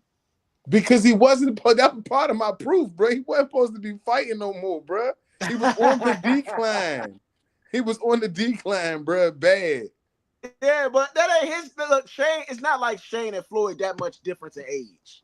I Bro, get what you're right there, saying that about the punch that LeBron and Floyd threw Jordan. right there, that he was off balance, like I don't know what, because he was still wobbly. Shane threw no punches. Just let him just be off. That's what I'm saying. It was stuff that he could have took advantage of in this fight that he's just not even moving because he's not the same fighter. They go to punch right there. Right. Right there. Lemos is making his way to the round. I mean, making his way to the ring. I said round. I mean, he's made his way to the ring, and now Keyshawn Davis is making his way to the ring. Watch this. Boom. Where's the follow-up? Where's the follow-up? That's what I'm saying. He put all his, and he's trying to throw. Bruh, he wasn't even leaning. Leo, did you see that? You saying that he put all his power into it. He's not even leaning. He's no lean forward in this Look. punch. It's the throw of the punch, but he's not leaning into it. This ain't even the punch I'm talking about. Nah, that's not the punch. Look. Boom. Boom, right there. He's essentially standing straight up. Body twisted. He's essentially standing straight up. He's not leaning into he twisted he into like the jump. This, so he had to bring his body back. Now he could have tried to throw that left punch back across, but it wouldn't have been effective because when he first landed the punch, he was like this. I don't know if you can see me, but he's like this at first. Then he pulls back up to stand straight back up. What I'm saying is that 5 years ago, from this date of this fight, he would have been able to push him. He would have been able to just hit him so he fell or put his hand on the ground like bro was talking about. You can't even do that because you are uncoordinated. You're not your fucking normal self, and you don't have your bag put together like that. You know what I'm saying? Hey. He hit him. Buckled him. Yeah, he ain't put his hand on the ground on that one. It's another shot then. It's another shot. Yeah, nah, I'm telling you, he buckled his knees and then grabbed him like this. And that that's what I'm saying. Look at how long it took him to grab him. It took him a minute to grab him. That's what I'm saying. He was just trying to get his shit together. But I was just saying that like Shane first hit him. He wobbly though. You could tell Floyd was wobbly. And that's what I said. Like we've all seen Shane Mosley finish a fight like this. Don't get me wrong. Floyd is not the average person that he has finished in his fights in the past. So I'm not saying he was supposed to wipe Floyd or finish him like that. I'm saying that the 5 years ago, Floyd, even imagine the rest of that fight, Floyd beat his ass. All right. So I'm not saying Floyd don't win the fight, even if he got knocked down. I'm saying that you couldn't even get yourself the knockdown because you were no longer the fighter. That's why Floyd. That's why I told that. This is just all my opinion on why I don't agree with the undefeated fighters. We were talking about Bruce Ennis to keep this on topic, and I was saying that this is why I don't like the undefeated fighters because they get situations where they're trying to keep their record straight so much that everyone believes that this fighter is really good at something when they're just fighting lesser talent that can actually be good at defending it. I.e., look at Bud Crawford and then look at when he fought my man that messed his face up. They got him cocky and stuff. Yeah, got into it with Spence. Those are two high quality fighters. He made Spence look like he didn't even belong in the same weight class, bro. Well, the difference in that fight, I think, I don't know what happened to Earl Spence that night. That nigga looked high coming to the ring. No. See, this is what happens. This is the Michael Jordan theory. This is what happens, and this is what I have to tell all the youngins about Michael Jordan. I hear what y'all saying, but when the greats beat the greats that bad, you start making excuses for the greats because of how great the great looked. No, I'm not making any excuses. I'm saying that I've seen Earl Spence fight. I watched this fight before that fight, and he fought Ugas, Udonis Ugas, however you say his name, and he took big shots, did not fall. Now Ugas probably don't got the power that Bud got, right? But what I'm saying is that didn't even look like the same type of fighter. They didn't look like the same fighter at all. and it wasn't age. That age, it was the fight before. I just seen him fight. So what if it was that he's not good against a heavy puncher? How many other heavy punchers? How many other heavy punchers when he was building his undefeated record was he going against that were heavy punchers and good boxers? He was sorry. fighting. You know what? I apologize. Ugas is a heavy fighter. And He's a heavy puncher. And he won that one, but that's the one that let you see that he wasn't gonna be ready for this Bud Crawford fight. You're helping what I'm saying. I said before that he won that fight, bro. That was a brawl, bro. That was a straight up. Yeah, you're helping. You're helping what I'm saying. I'm not disagreeing with you. You're agreeing with me. We're disagreeing. You're agreeing with me. I'm saying that these fighters are fighting fighters, and I said maybe he fought a fighter that was good at being a heavy puncher and coordinated. How many fighters did he fight that were heavy punchers and coordinated for you to be like, he's good, he's got a good chin? How many of those heavy fighters didn't hit him for you to be like, his defense is good enough to not get hit by a heavy puncher?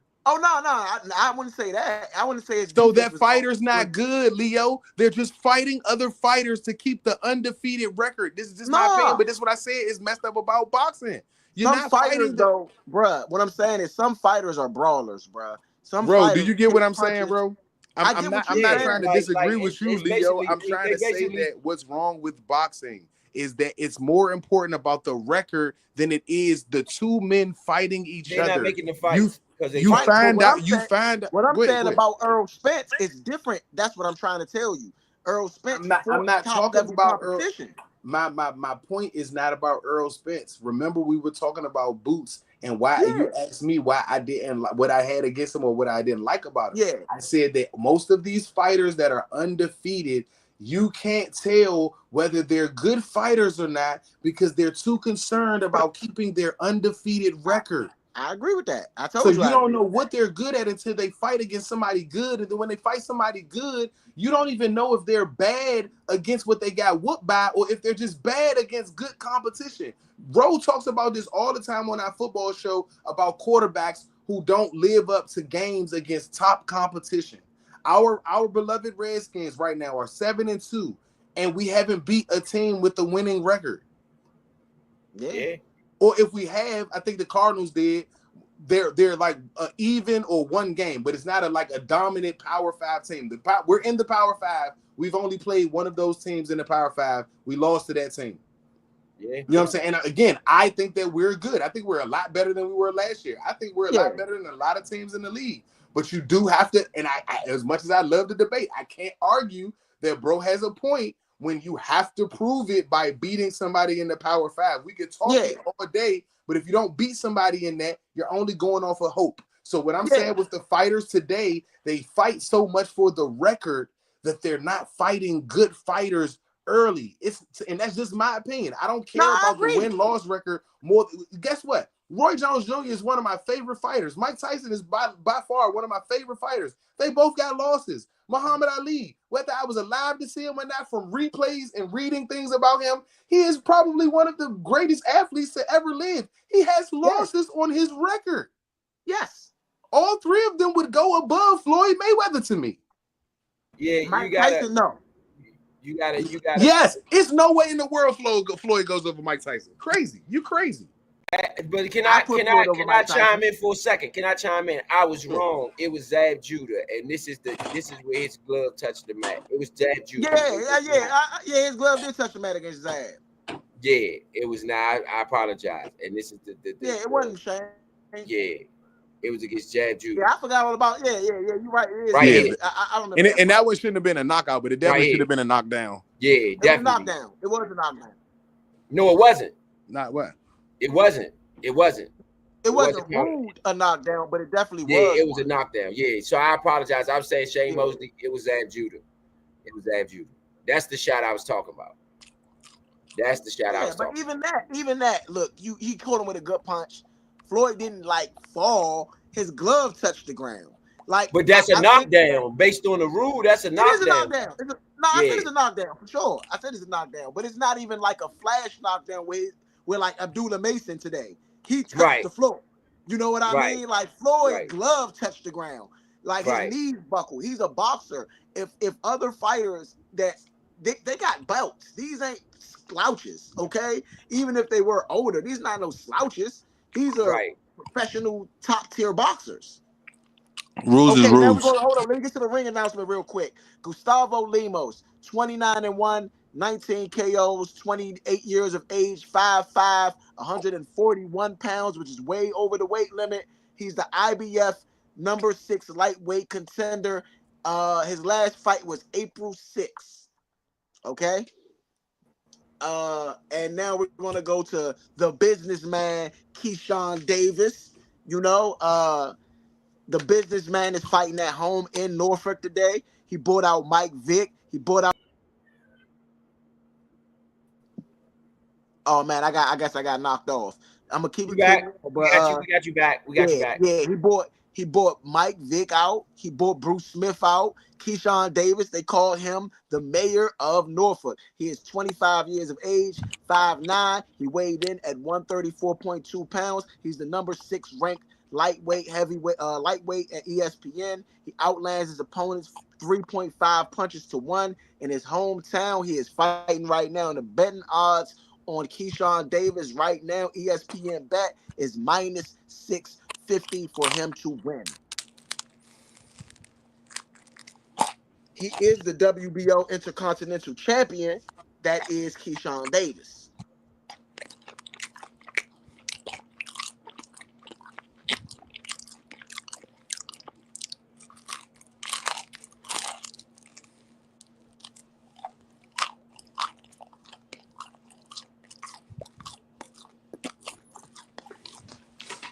Yeah, I'm just letting him do the announcement for Keyshawn, man. You know, before I get back to it, uh, this they call him the businessman. He here to take care of business. So, I mean, V, have you seen Keyshawn fight before? Nah, I haven't. It'll be my first time that. Okay, okay, yeah. I like Keyshawn, man. Keyshawn, one of those fighters, man, that go out there and really try to get at it. Lemos, though, is a dangerous fighter, and he came in overweight. Okay, he missed weight by like over 6. Yeah, he missed weight by like over 6 pounds. Okay, Lemos did. So I mean, he coming in a lot what they call healthier than the other fighter that had to cut weight to get, under the weight that he needed to be. I believe Keyshawn Davis usually walks around at about 150 or something like that, 155. So he probably had to cut around 20 pounds to get into shape. And so we'll see if that's going to affect, if that's going to turn into a Ryan Garcia versus Devin Haney type of situation. And I think Lemos took a book out of Ryan Garcia's playbook by just coming in overweight, saying I'm gonna stay around my weight and I'm gonna come in strong. Lemos comes in, swings kind of a wild punch. Keyshawn Davis lands a jab to the body. Keyshawn Davis is on the back foot. Lemos is going forward. Of course, he is that Mexican style fighter, so he will be going forward most of the night. Lemos. Keyshawn Davis lands a jab. Keyshawn Davis is a orthodox fighter as well as Lemos. Keyshawn Davis lands a really good jab to the body right there. Lemos is very aggressive. He's throwing very big shots. He's not landing. Keyshawn Davis's defense is very up to par. Keyshawn Davis lands 2 shots to the body, a jab, and then a hook. Lemos has been throwing, but I don't see any punches that's landed so far.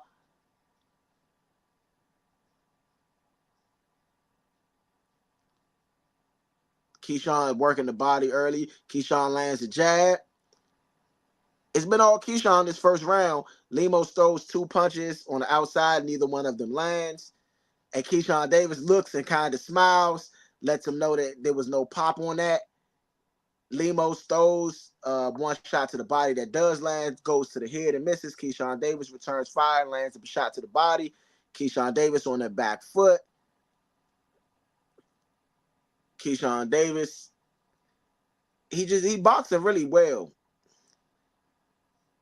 Keyshawn Davis throws a pretty sloppy right hand. It does not land, but he does land the jab. Lemos steps to the side, does not land his shot, but I like that. I like that a little bit good. That footwork that Lemos is using, Lemos realizes that Keyshawn is not, he's not pivoting. He's coming straight back. And so what he does is he's using his footwork to just inch closer. Lemos has been throwing a lot of wild punches, though. That's not going to win you this fight. Keyshawn's defense would be way too good for you to just throw wild punches and then land.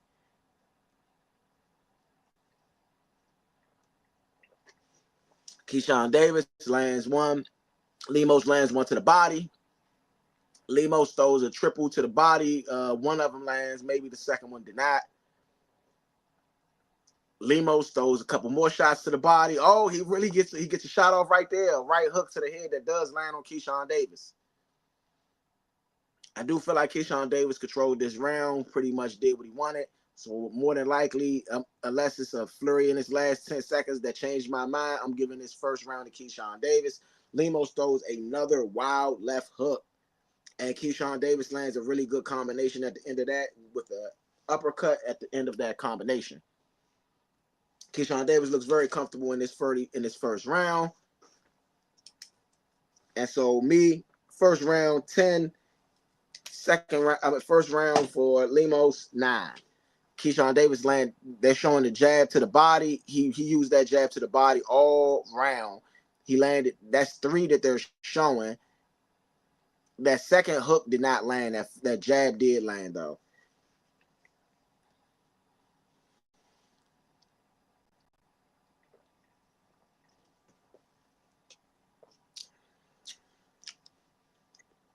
And I mean, that was a really good first round for Keyshawn Davis, even though it was more of a fill-out round.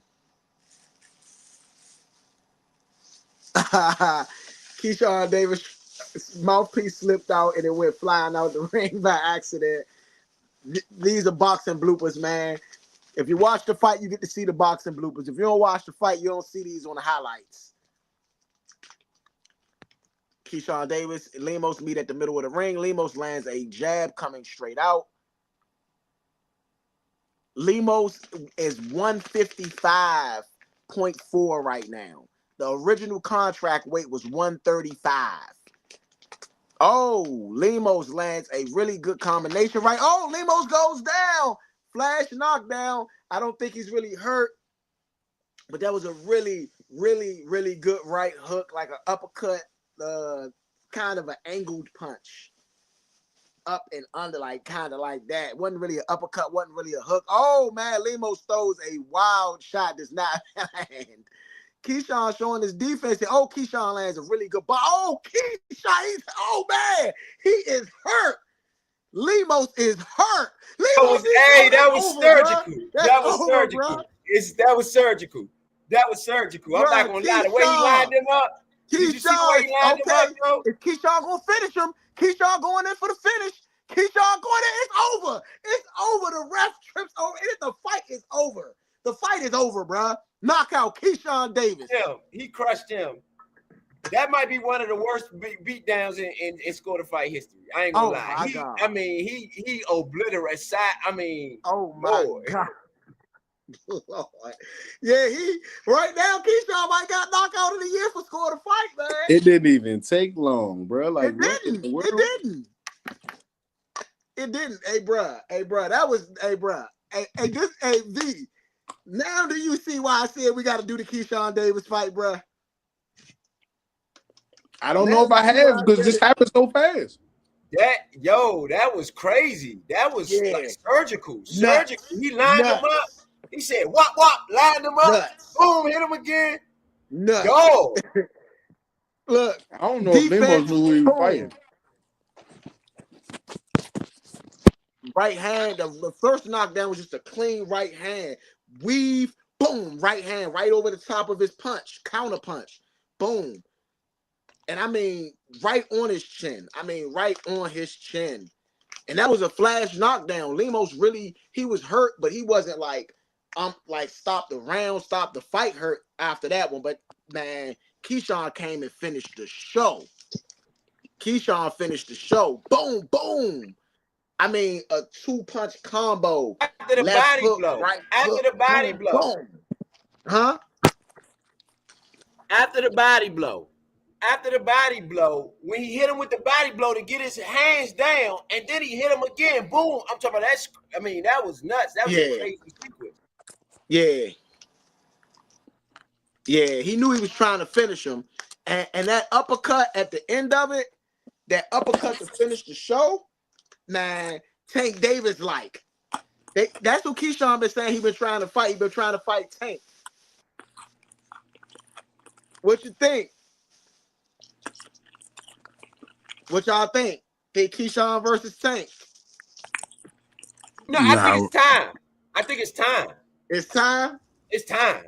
Well, from what I just saw, I would pay to see that. I would pay to see it, but I don't want to see Keyshawn go out like that, man. I don't know. Keyshawn ain't no slouch. I think he can handle Tank. You see what happened to Frank Martin? He ain't Frank Martin.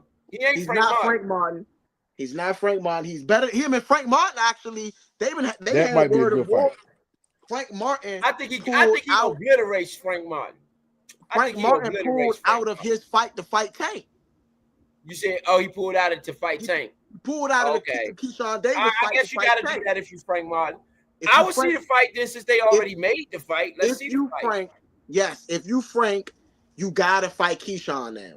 Yeah, you gotta fight Keyshawn. The fight was already made, so since they made the fight, cool. However, for me, I want to see Frank Martin. I mean, I want to see. That's a worthy opponent for me for Tank. That would be his best opponent. That would be his best opponent for Tank that he's fought so far. If he fights Shorty. Because Shorty is the only technical fighter. He hasn't fought nobody that's really I would consider technical. Shorty technical. And it's a difference when you fighting a technical fighter than if you fighting a knockout puncher or whatever else. And I think he got some power too. You can't say that he ain't a knockout puncher either, especially from what we just seen.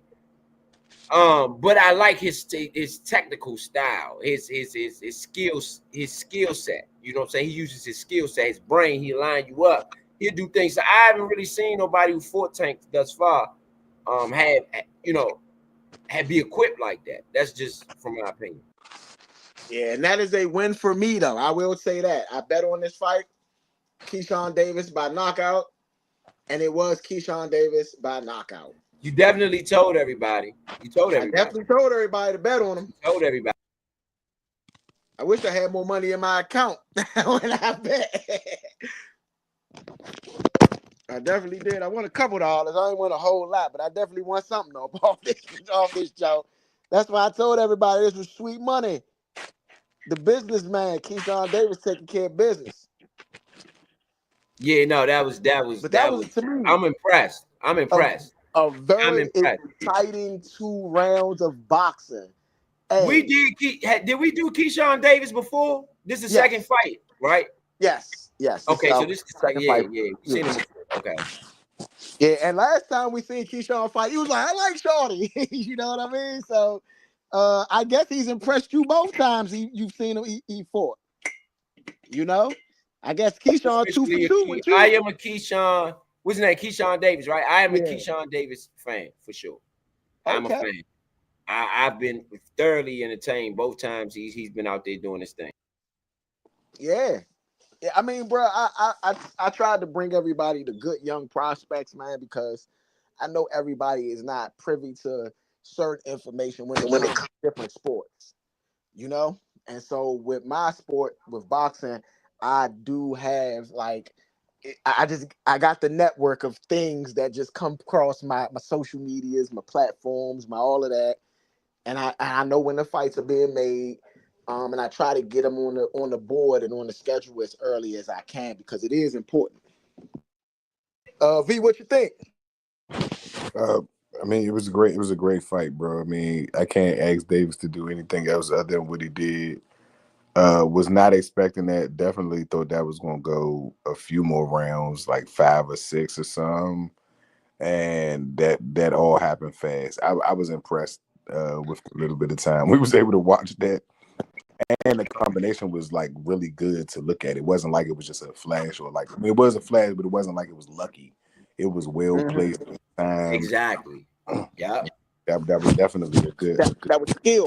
good sequence right there. Very, very dope sequence in terms of combinations go.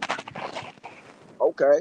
Rest of the fights for the night though, like when I came in and joined you guys from there up, like it wasn't bad fights. Good fights tonight. Oh yeah, hey, you missed. I forgot to get you on for the Abdullah Mason joint, man. You missed the. That might have been the fight of the night, and this fight was good. So I didn't get a chance to send the joint to the group chat right away because I was moving around doing a lot of stuff. So that's why I sent it when I did. But Abdullah Mason got knocked down twice in the first round. Also, he knocked the other dude down in the first round. So it was 3 knockdowns in the first round. Yeah. And then in the second round, Abdullah Mason knocked the dude out. I mean, if you ain't talking exciting, we talking about like several knockdowns in 3 fights. We talking about, you know what I mean? 6 knockdowns in 3 fights. And 2 This out of was a the good 3 showing. fights. This Yeah, this 2 out was of a the good 3 showing fights today. didn't even go to the third round. This was definitely a good showing in my opinion. My bad Yes, to cut you off. This was definitely a good showing, but I had to agree with you. no, this was an excellent, man. Excellent show, man. Excellent, man. I'm very impressed, and I hope you guys gonna tune in with us tomorrow. Boots Ennis, man. Uh, I'm gonna see if I can pronounce his name. Let me look at it and pronounce it at the same time because it's uh Chaka Zoo. I mean, bro, I've been trying. It is Chaka Dazinyan. Hey, bro, I'm gonna just spell it out for you. It's his first name is Curran, right? But his last name is Chukhadzian,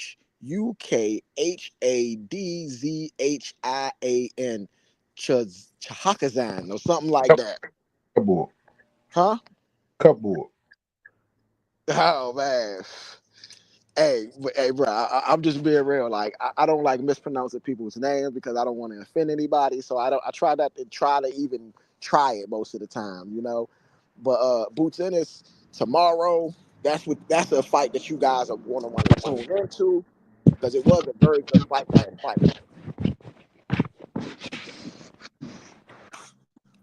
He So, might move up my list. Keyshawn Davis might be moving up my list. You know what I'm saying? My own little personal list. I just, okay, I mean, that's all why I right. like B Hop. B Hop, I'm a big B Hop fan. I'm a big Sugar Ray Robinson fan. I like technical fighters. You know what I'm saying? Guys who Hey, just I got a question. I got a question, right? So you can name 2 fighters. We're only giving 2 though. I ain't gonna make you name 1 if you can name 2. But what 2 young fighters? We ain't talking Tanks. We ain't talking Canelos. We ain't talking Buds. We ain't talking none of them. What 2 young fighters do you think is like the future of boxing? I like Keyshawn Davis. I'm serious. Like, I'm not even just saying that. And so that's one that I like. And let me think about another one. But for sure, I think he's son. He got a bright future. Uh, the other day, What you say? one of the heavyweight, the young heavyweight that we watched the other day. Young heavyweight? Yeah, he's a You talking heavyweight. about Dubois? It You was, talking he was about that beat Joshua? You talking about I Dubois? like Dubois too. I yeah, like Dubois yeah, too. I yeah, like Dubois yeah. Okay. too. That's a good pick, video. The wall got some future. At least the future looks bright for him right now. Okay. I like Dubois. All right, so I'm gonna do 2 fighters that hasn't been named yet. I'm gonna go with Kermel Moton. He's with the money team, and I'm gonna go with Abdullah Mason. Even though he was knocked down twice tonight, he might. Now this is the thing. Now we know that his chin is in question. Okay, but with the offense that he got, if he can develop a really good defense, You got him better than Shakur. huh? You got him above Shakur. Well, Shakur like 30. You know what I'm saying? Shakur not as young as people think he is. Shakur, no, he like 27, something like that. He closer to 30. So he's not like a young 20 or anything like that. He is what I would call now of boxing. And he got his time to be, he got a couple more years, maybe 4 or 5 more years where he could turn himself into elite. And then he could probably do 3 years, 4 years elite, and he'll be good. But unless he wants to fight that long, because Tank, he like, man, I only got 6 fights left. He trying to retire in his early 30s. And I know a lot of fighters are going to see that, say Tank made all that fucking money, excuse my language, but made all that money, and he didn't have to fight till he was 40, like Floyd, like Canelo, like Pacquiao, like a lot of other fighters are going to have to fight. Yeah.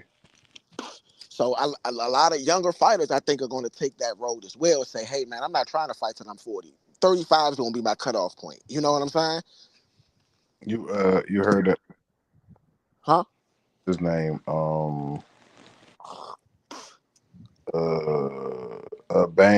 Bam Rodriguez. Oh, yes. Jesse Rodriguez, man. Oh, he on my pound for pound list, man. He's on the pound for pound list. Jesse is definitely one of the future fighters of boxing. Um, Jesse ain't fought nobody yet. He got a good resume for the fighters in his weight class. So a really good resume for that. But when we're talking about world stage big name fights, he ain't really had those yet. You know? Dubois against Anderson. Jared Anderson, Yeah.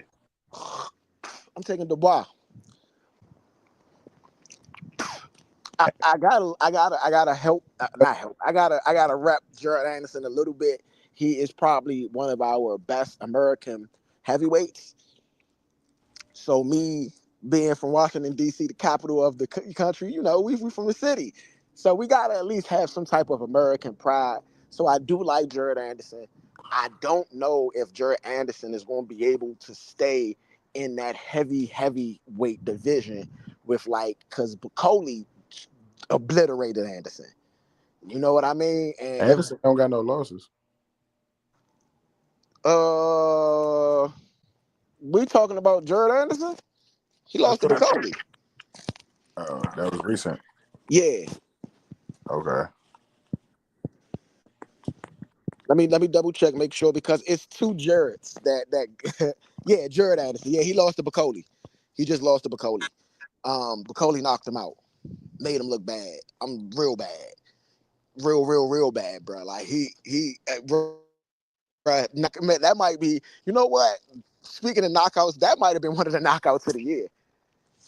I'm gonna have to go through the score of fights, man, and see who fighters and see which fights, because we're gonna have to do the end of the year anyway. But that Jared Anderson, the way he got knocked out, Cody uppercut them, and that was it, bro. Like, you knew that was it. I mean, but that fighter has one loss too. Yeah. I mean, You the reason I'm saying this, remember all of this got Dubois, started when we said that there's a hold knockout on. ratio. Hold on, though. This is why I'm saying Dubois over Anderson. Dubois has gotten a way different fighting resume. Dubois has fought the best heavyweights. You know what I mean? Jared Anderson, like you were saying, was still fighting prospect heavyweights. You get me?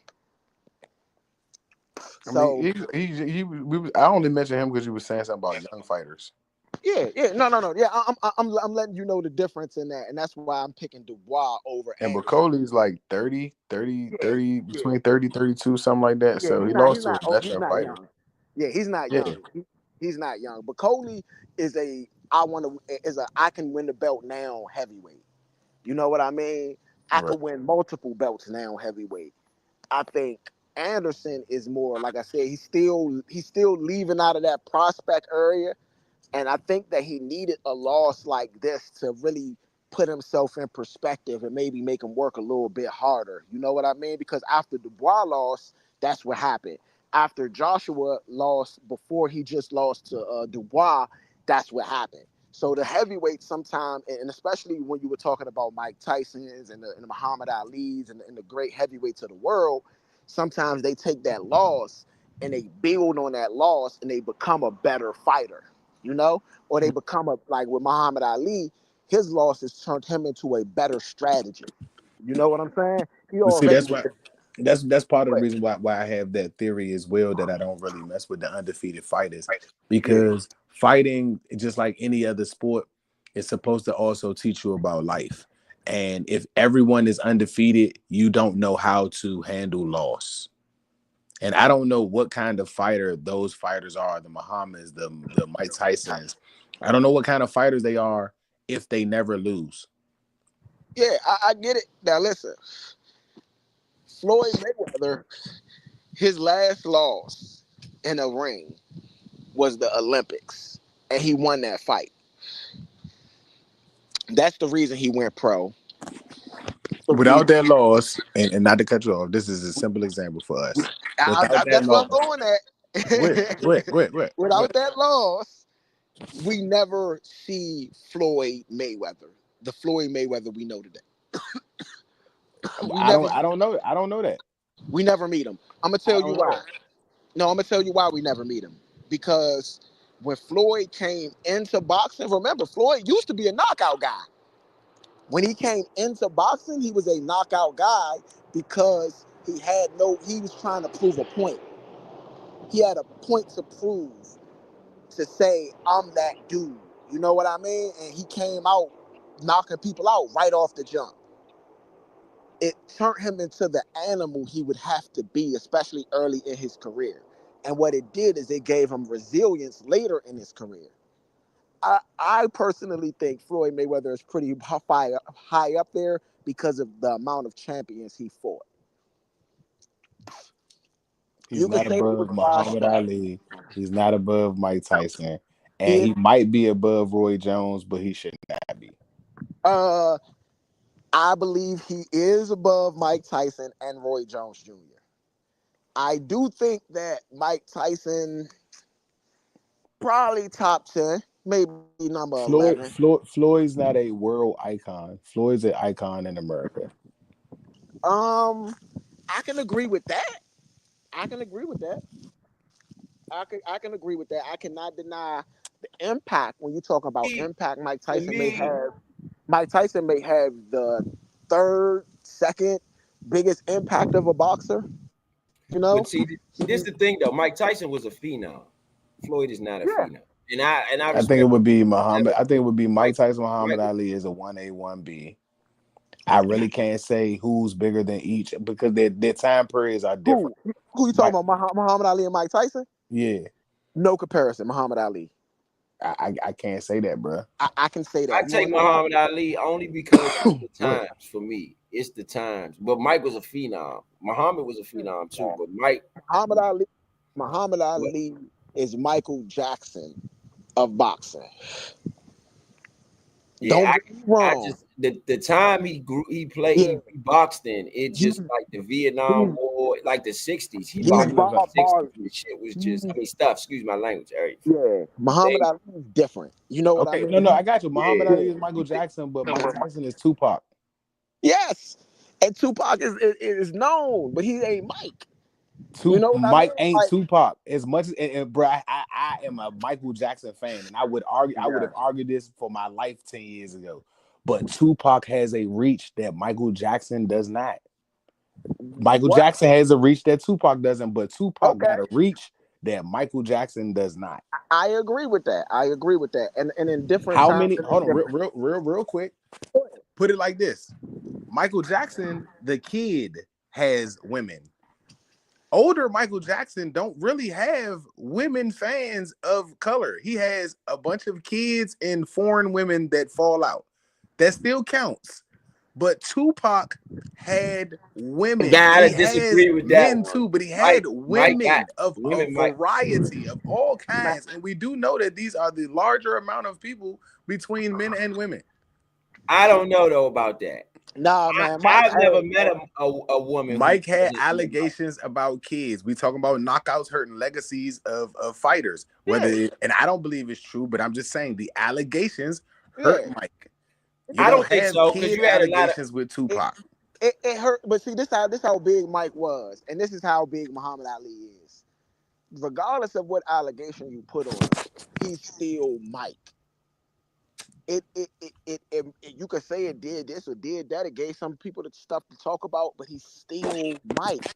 He's still, when people saying greatest entertainer of all time, they are literally saying him and then arguing against, like how we talk about Michael Jordan, like how we talk about like these people are the greats. And then Michael Jackson and Tupac. Tupac, and that example I gave about LeBron and Michael Jordan. Michael Jackson would be Michael Jordan, and Tupac would be LeBron James. Tupac's legacy it's got the other older, way around. No, it's because you got to think about longevity. I think that's what I'm trying to explain to you. Tupac had a short run, and as long as he's been dead, he's gotten bigger than Michael Jackson did after he passed. Michael Jackson, after he passed, after Michael Jackson passed, his album didn't sell an extreme amount of records. Okay, when Tupac died, Machiavelli is the largest album that he's ever sold in his life. But what I'm saying, everybody already there's nothing going to touch Thriller, bro. We know this. Yeah, we know this. Like, we talking albums, you can talk Machiavelli all you want. If you put Machiavelli up against Thriller, what happens? Thriller smashes Machiavelli. And I'm a Tupac guess what? fan. Guess what? I'm a Tupac fan. How much of Thriller did Michael Jackson write in comparison to how much Machiavelli Tupac wrote? We're not talking about. Mike write his own song. Listen, though, bruh, it ain't even about writing, bruh. It's about the size of the goddamn project, bruh. We know he didn't produce. He didn't produce. He did write, and he did write those songs though.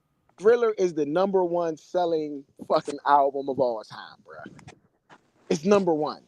It's no album you could put up there next to Thriller, because Thriller, you put it up there and you see what happens to it. You know what I mean? It gets obliterated. Sales, okay.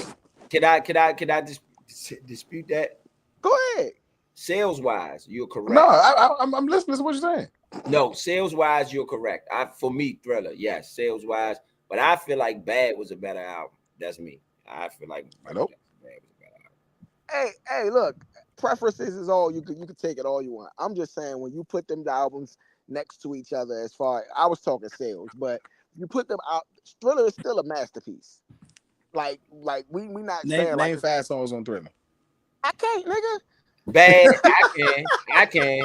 I can't name 5 songs on Machiavelli. Bad, Thriller, PYT, Man in the Mirror. Hey, bro, like I'm telling you, Man in the Mirror it was on Bad. Man in the Mirror is on Bad. I'm about to say, bro, you feel. What? No, I mean, these are still you made a mistake. I'm just saying, you named one from something else. I said from Thriller. You naming different albums. You know what I'm saying? No, I named because the albums are like right next to each other. Bad and Thriller. But that's not what I asked you, bro. If I say Machiavelli, you're not gonna name something from All Eyes on Me. Billie Jean. If I say Machiavelli, you're not gonna name something from All Eyes. If I say Machiavelli, you're not gonna name something from All Eyes.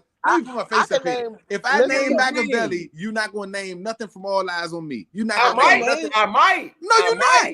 I might slip up. They don't even. Listen, bro. It was the same year, bro. Those albums came out the same year. You're not gonna miss nothing on Machiavelli, bro. You're not gonna say nothing from All Eyes on Me, bro. Hold on. I've listened to both albums though. Legitimately, I probably listened. I might have listened to Thriller more than Machiavelli. Legitimately, Never. My head, because you gotta remember this. You want to know why? I can tell you why you didn't. One, I'm gonna tell you why you didn't. In 1982. You had no control over the radio station. And guess what? And my dad's and my mother told me when she was pregnant, I was listening to Billie Jean. Okay, that's cool. Billie Jean. It's before when in the womb. You know what I'm saying? I've been listening to it from the womb. How you go? I don't know if Machiavelli can. I'm with you, because guess what? In Machiavelli, I've definitely listened to Machiavelli way more than I listen to Thriller.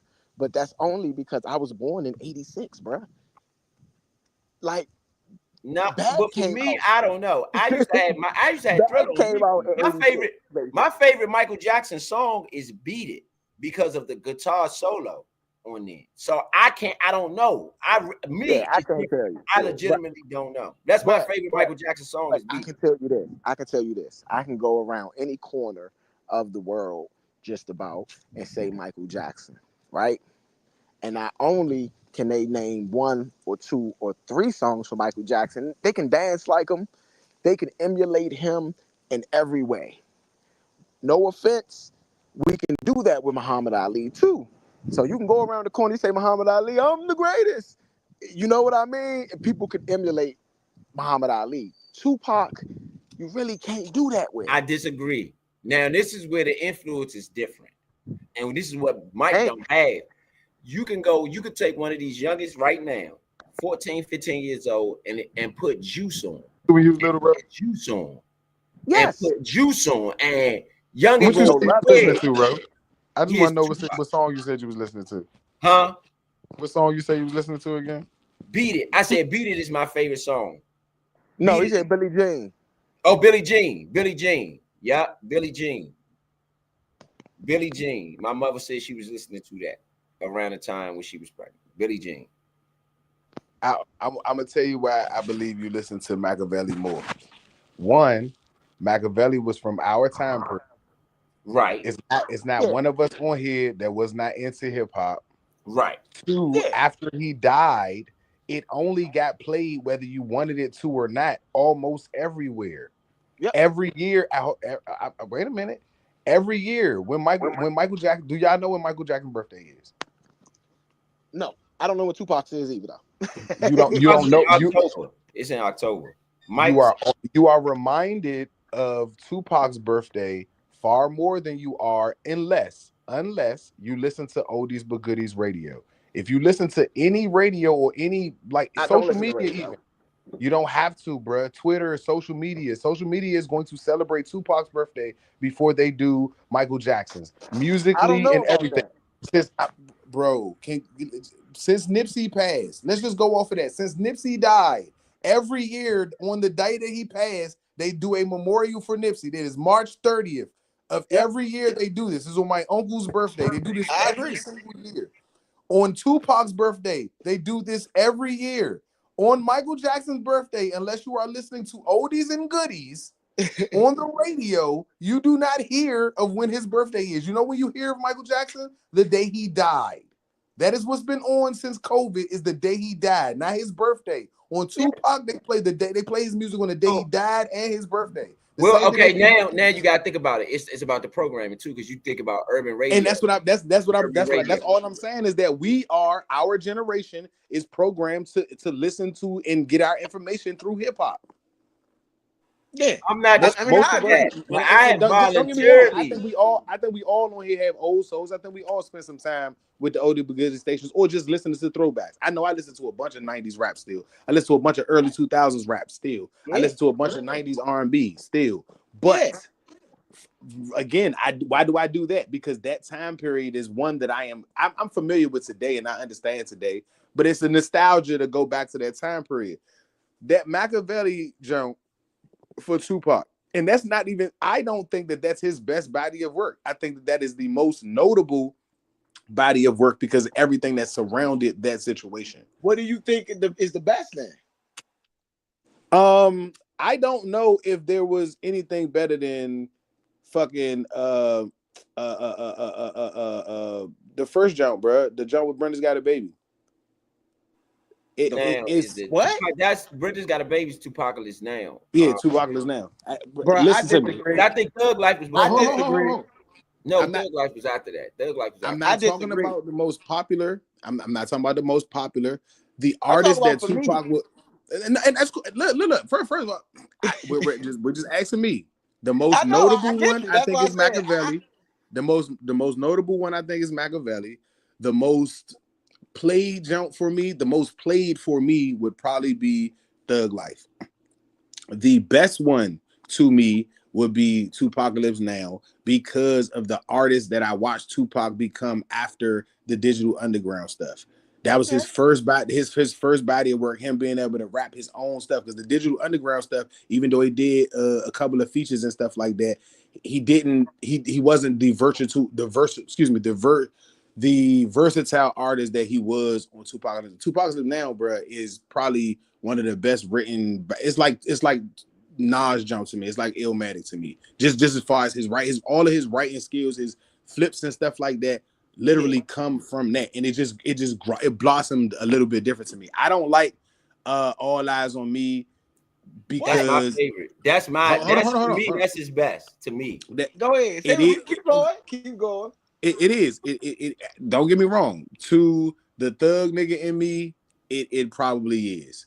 What I don't like about it and why I can't love that jump is because the person that I know Tupac to be changed in that jump. The music is fine, but I know what it did to the person. Like it's kind of a hurtful. I don't know. It's kind of a hurtful thing to me. Like that wasn't who Tupac was. That was a fucking that whole album changed and was the reason why that nigga got killed, if you ask me. So I don't like that one for that reason. Do I disagree with what Ro just said or what I said? No, I think it's arguably one of his best body of work, but I also know the damage it did to him, and that's part of the reason why I don't like that. Okay, so let me say this. My favorite may be Me Against the World. Because of Shed So Many Tears, Dear Mama, Outlaws. I mean, to me, my favorite is Me Against the World, and it ain't close. However, to me, his best work is when he got with Dr. Dre and them producers and Daz and them up at Death Row, and they really started to give him some of that flavor for real. To me, that's what I'm saying. To me, to me, he got turned up. And I fuck with the fact that he was better. He was good when he got turned up, but I think he became a one-sided artist. That's why I said the Tupac is now. Tupac is now. Pac had several sides, and he was able to give some of that other stuff once he got to California and shit like that. But he had to kind of put on that thug side more and kind of like it's. Go ahead, Leo. I'll let you say that. I don't forget my part. I'm gonna give you the game. I'm gonna give you the game for me because my bad. I'm so much younger than you guys. To me, Machiavelli is his best body of work. I've listened to every one of his projects pretty thoroughly.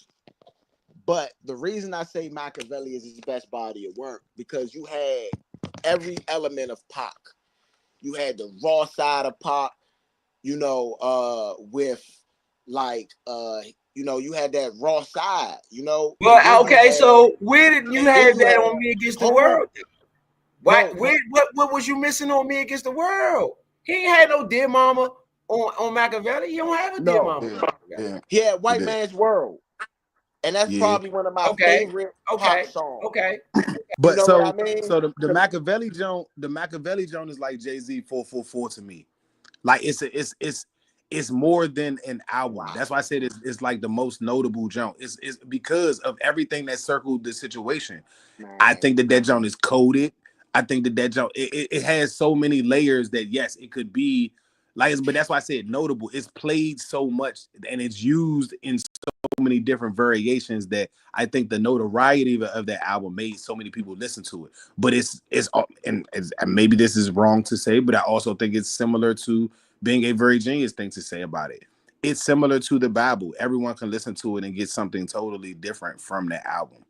Okay. Me Against the World, I feel like was straight to the point. I don't think anything on that jump wasn't like where it wasn't coded. I think it was literally directly straight to the point.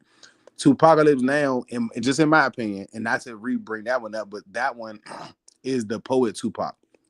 When Tupac passed, he came out with the Rose Under the Concrete. If I'm not mistaken, that's the title of it. I had that book. That book is based on a bunch of poems that Pac wrote. That some of them turned into rhymes, and some of them was just poems and stuff like that. Yeah, that was the Tupacalypse Now up until the Machiavelli Tupac. And so that's why I appreciate it so much because again, y'all know I came up on my own. I came up around Rhett and them. I came up around y'all rapping wise and stuff like that. And what I've talked to other artists that have been in the game for a long time, or just people that I know that rap for a long time, it's nothing like that first jump. It's nothing like that environment. You know what I'm saying? It's nothing like that space to create. And those songs that were on there that put him out there were like, bruh, do y'all know the story from Brenda's Got a Baby? I do. I do. He read it in the newspaper. He read it in the newspaper. No, yeah. no, that was the girl. That was When the he girl was got shooting, shot. That was no, that was Brenda's there you Got a go. Baby.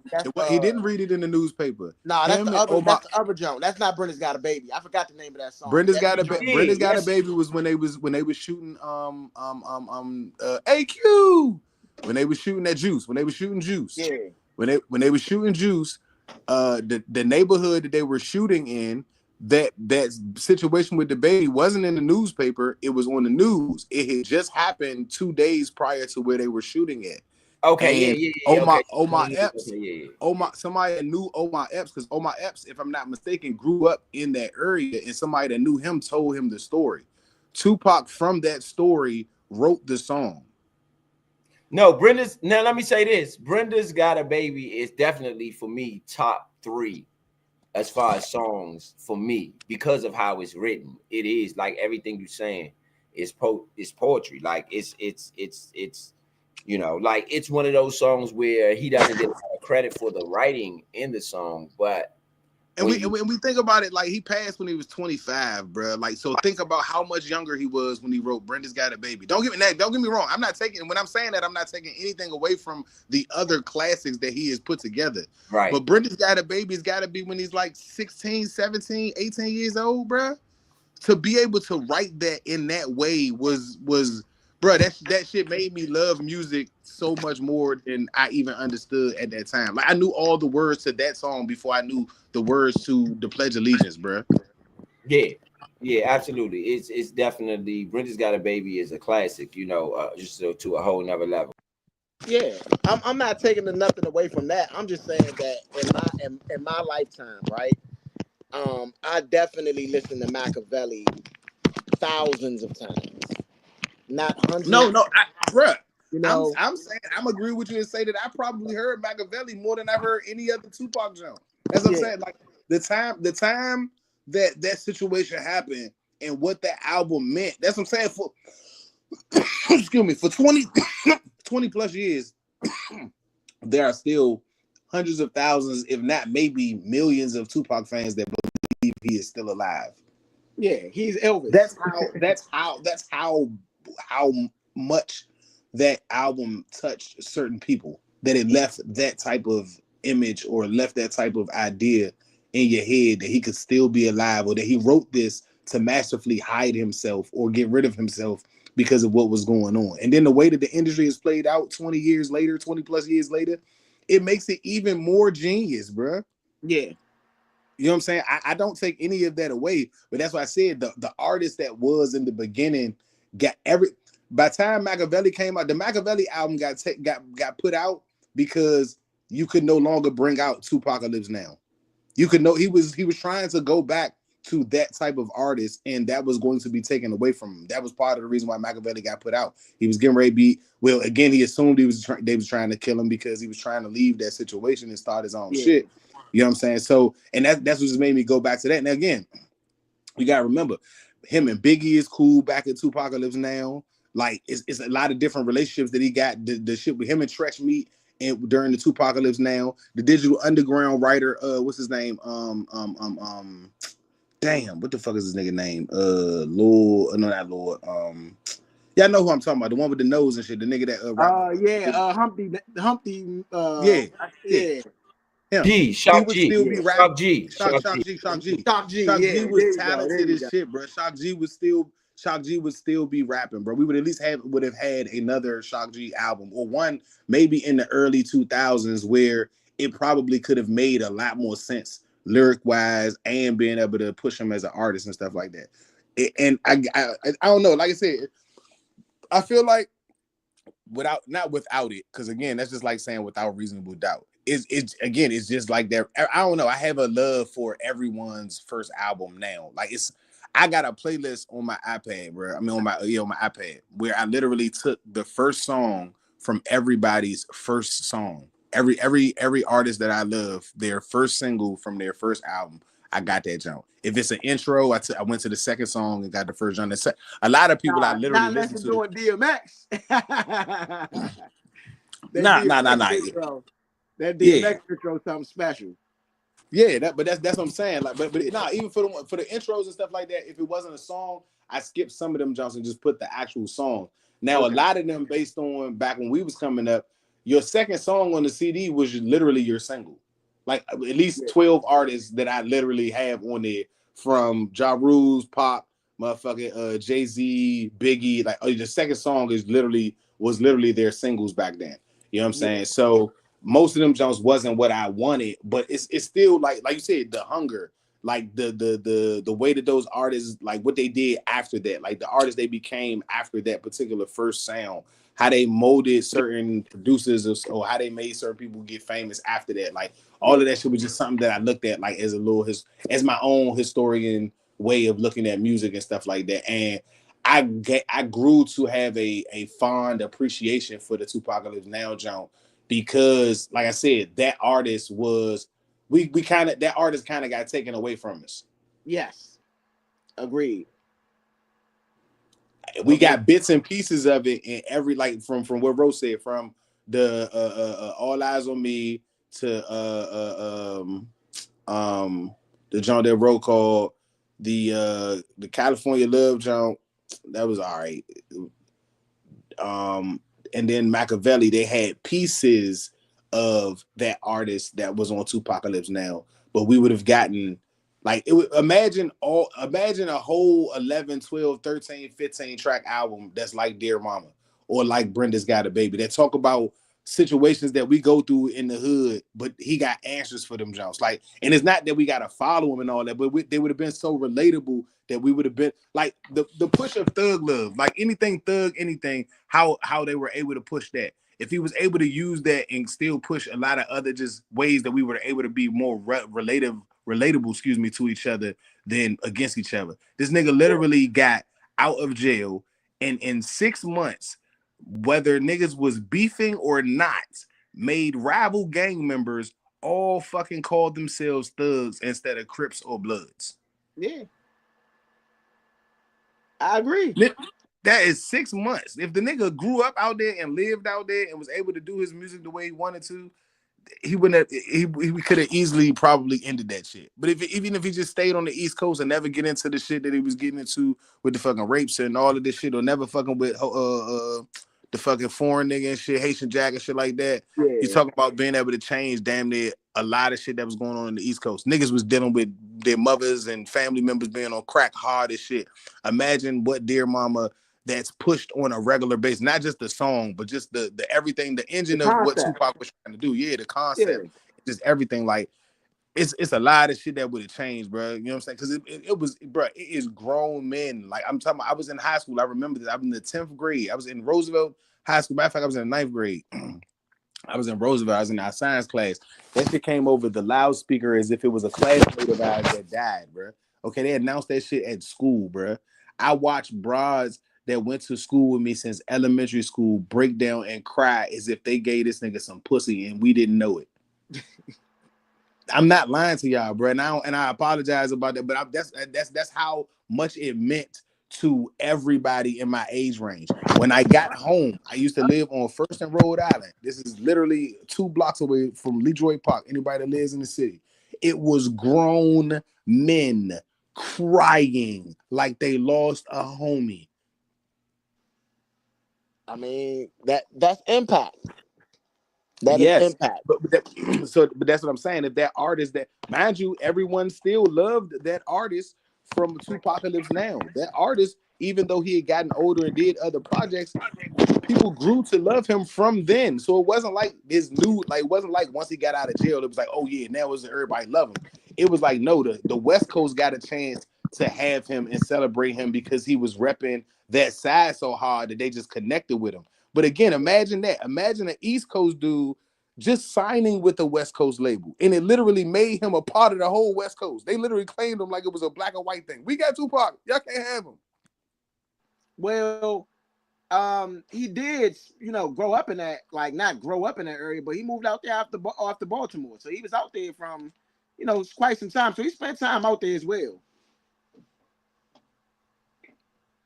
So I mean, it's not like he was new to the area. This is at age 17 or 18, but it's like 17, 18 years old. He made it not too long after that though, bro. That's what I'm saying. Yeah. He wasn't he was living on the East Coast longer than he was on the West Coast. And yes, Absolutely. He lived on the West Coast and doing music. You still got signed from the West Coast to the East Coast and had to spend more time on the East Coast than you did the West. By the time you got on the West Coast was after you got out of trouble and got out of jail. That's what I'm saying. You literally just got on a label and picked it up. It ain't like you went back to your neighborhood your mom moved to, and I'm gonna put up this set right here. You rep the entire West Side. Yeah. I agree. But I'm just saying that, like, when I look at the greats, right? And I look at, like I said, Tupac is probably the greatest well-known rapper of all time. Okay? I can't put him up there with a Michael Jackson because I say Michael Jackson is what you say the greatest entertainer of all time. You could say Muhammad Ali, the greatest boxer of all time. This is why I don't put Mike Tyson in that category. And I think Mike's a phenomenal fighter. He's definitely one of my favorite fighters of all time, especially being in my lifespan. But when I look at the greatness of what these other men have accomplished, you know what I mean? It's kind of hard to put him in that category. I can't put him in the category of a Muhammad Ali. I can't, me personally. But I do think he's a great. I do think that he's a phenomenal, like, we're not talking about any old person. We're talking about Mike Tyson. You know what I mean? Has Mike Tyson folded? We about to see what Mike Tyson is come this, what's his name? We about to see him. If he knocked Jake Paul out, if he knocked Jake Paul out, he about to do something that George Foreman ain't even do. now that knockout will hurt his legacy. What, Jake Paul? Yes. Why? Because Jake Paul, I don't care if Jake Paul just started boxing as a professional now. Jake Paul's not a boxer. If a YouTuber knocks out Mike Tyson, you're not gonna have in the world today, you're not gonna have no youngin respect no old head. I don't care if he good with his hands or not. Jake Paul represents the average person who sits online and talks trash and says, "Oh man, I whip your double hockey sticks." You know what I'm saying? And you believe it. You believe in your typing power that you can do it. All right. You see yourself in the mirror and say, I can knock this old man out until you get in front of him and see what he's done before. Well, let me ask you this, Vito. Are you gonna get in the ring with Tyson? You ask the person with some sense. Hell the fuck no. Now, if you he's not the average person. Jake Paul is not the average person. Hold on. Because I'm not doing that. What are the terms? What are the terms, bro? Are the terms me getting into the match with him is a boxing match, or is it me and Mike Tyson gotta fight because he done disrespected my family or my kids? It's a boxing match. What Jake Paul is doing. Guess what? I can choose to say no. Yeah, I'm not. Yeah, no. I'd like to talk to my kids after this fight is over and be able to understand what I said to them. I used to play football already. That's why I say Jake Paul is not the average person, because he's doing something that the average person is not just going to do. I know I wouldn't. Bruh, first of all, so guess what? We have a podcast. We also do something that the average person does not do. The average person does not have a podcast. The average influencer may have one, and that's cool. But we do something that the average person doesn't do. Let's say that the podcast in the next year or two time gets 2, 3, 4, 5 million subscribers, and we're really the guys, even though we know we are. But let's say we get the attention of the way we feel. And I don't know, bro, Michael Jordan decides to say, I want to take you one-on-one for your followers. Are you risking your fans and our followers for you to beat Michael Jordan? No. Thank you. That's all I'm saying. And that's not saying that you can't do it because he's 60-something years old. It's saying that I've got sense and I know who you just put me up against. I'm not about to, and guess what? I'm not even doubting my own skills. But what I am going to say is I'm going to be realistic and say that this man has been a professional longer than I've almost been alive. I don't think that I'm going to challenge him in his profession. Now, if he wants to challenge me in making beats and making a song, I'll rap the shit out of Michael Jordan. He got enough money to get help, but I'll rap the shit out of his ass if it's just me and him one-on-one. Because that's been my profession for over 20 years. I am a betting man. I might not be the right person for this because I know a good bet when I see one, and I know a bad bet when I see one. Would you fight Mike Tyson for $30 million? No. 30 million. I would. Only reason is because I don't have that set up right now for me to leave that for them. So at the moment, yes, I would. You know what I'm saying? But Mike Tyson gonna be mad. Honestly, I'm gonna tell you why I wouldn't. I'm gonna tell you why I wouldn't. I might agree with you I'm gonna be honest with you. I'm gonna be 100% honest with you, bro. Why I would not. And I'm gonna tell you why. Because this is gonna feel so good. The money everything's gonna feel so good until I get in that ring and I look across when this bell about to hit, and I look across there and I touch gloves.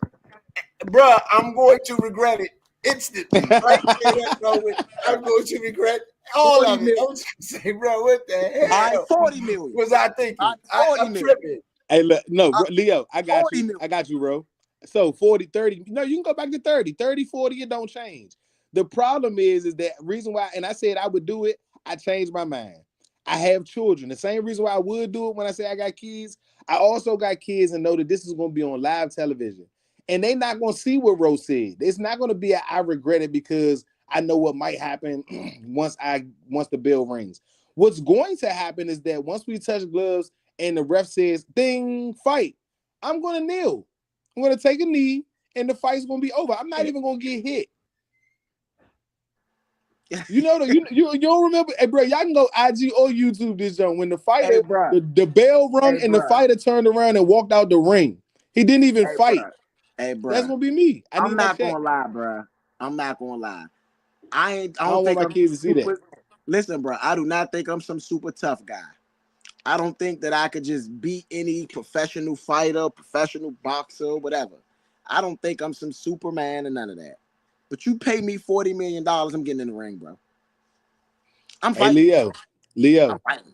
Leo. And maybe the fans don't know this. I hope it's not personal business, but you know, for the guys, you know, I know who you related to on here.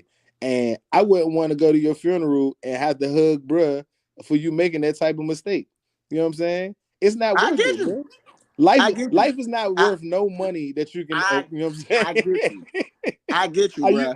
Are you doing what I said earlier? Are you trying to leave something for your kids or something like that? Like this for the future. You trying to make sure all the little Leos are good, bruh. 40 million, bruh, is definitely you gonna have to spend it to get reconstructive surgery, bruh. Hey, bruh, I'll be fine, bruh. After no, you won't. No, you won't, bruh. Muhammad was not okay. I will heal. Muhammad didn't heal. Muhammad Ali did not heal. He fought too many times, bro. I'm talking about one fight. He trained for those too many fights. You can't train. That means he was getting hit a lot, bro. You can't train in 3 weeks for Mike Tyson, bro. None of us can, bro. I'm not talking about 3 weeks, bro. Jake Paul had a year, bro. Give me a year and $40 million. I'm getting in that ring. Bro, you don't get to 40 until you finish fighting. That's cool. You can't say. Hey, bro, listen, bro. First and foremost, listen. I'm going to really fight him, too. And guess what? Hey, bro, get the fuck out of here. And I fall, I'm not getting back up. Hey, bro, where are you at, bro? I'm going to try my best until I get knocked down. Bro, help me, bro. Bro, help me. Do you follow what I'm saying, bro? Listen what I'm saying. It's $40 million, bro. It's 40 million, bro. Like I'm not it sounds good until you gotta turn around and you look and you have to touch gloves and you realize. So what, bro? What do you mean? So what? Your human subconscious comes into play like this dude is Mike Tyson and I'm about to fight him. That's what I'm fighting. So what, bro? I'm fighting. Mike Tyson is 60, bro. Dog, what do they always say about fighting Mike Tyson? It sounds like a good idea until when? Until when? It sounds like a good idea once I get my check. That's what it is. Until when? Until you get hit. Until you get hit. Remember that part. They think he's everything. They think it's sweet until when? Until they get hit. I didn't say it's sweet. I didn't say I'm going to win. How you going to approach that fight? How you going to approach that fight? With Mike? How you going to approach that fight? How do I approach the fight with Mike? Yes. All right. You going to be on your back foot? You going to be on your front foot? You going to go your front foot against Mike? I'm going to be side to side, lateral. There's no. You think Mike ain't gonna cut the ring off on you, son? He knows how to cut the ring off. What I'm telling you is that look, I'm not attempting. Listen, I'm not gonna be. What you gonna jab him? You gonna jab Mike Tyson? Yes, yes, yes, you are. You better. If not, you gonna get knocked out. He's gonna walk through that joint. Exactly. He's gonna let you hit him just so he can wind up and knock you out. He's not gonna wind up. He gonna have to catch you. What you mean? He not gonna wind? What is you gonna do to stop him? As soon as he winds up, bro. If he winds up, bro, I'm out of there, bro. I'm not gonna stay and try to weave that. I'm running, bro. I'm a duck and go. He's gonna cut the ring off. I got about that camera. He's gonna cut the ring off. Listen. I know that I don't have a very much chance of winning. That's why it's no point in fighting. You don't even have. What is your chance of surviving? To get that $40 million. You only get the $40 million if you make it to the 12th round. No, you don't. Jake Paul is getting paid $40 million to fight him. He didn't gotta win. So all he got to do is walk in the ring and walk out. No, you can't walk out. You got to fight him. Who said that? Bruh, when the bell rings, whatever happens, happens. Bruh, if he do that, then he going to mess everybody's money up. He going to have to pay money back. That's not whoa. That's what undercards and all that's for. I'm putting on an event. Nah, bro. They're not going. No, like they're not gonna. You're gonna have the mob. The mob. They're not going like. They're gonna kill him. They're gonna kill him. My bad. So you trying to tell me I can't get scared at the last minute? Yeah. Nah. Bro, you know a fighter did that. That's what I'm trying to tell y'all, bro.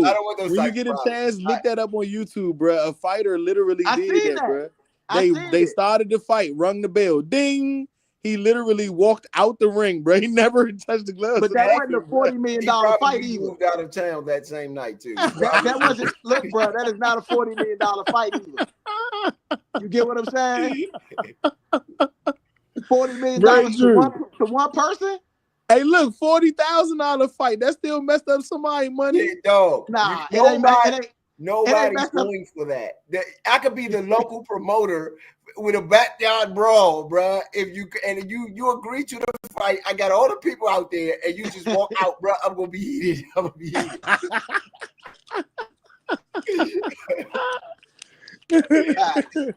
heated. You know what I'm saying? That's why I said, bro, I agree with you. I'm not taking that joke because I'm not even embarrassing my kids or my wife by walking out there and then turning around. The money would change our lives, but so would the ass whooping too. So.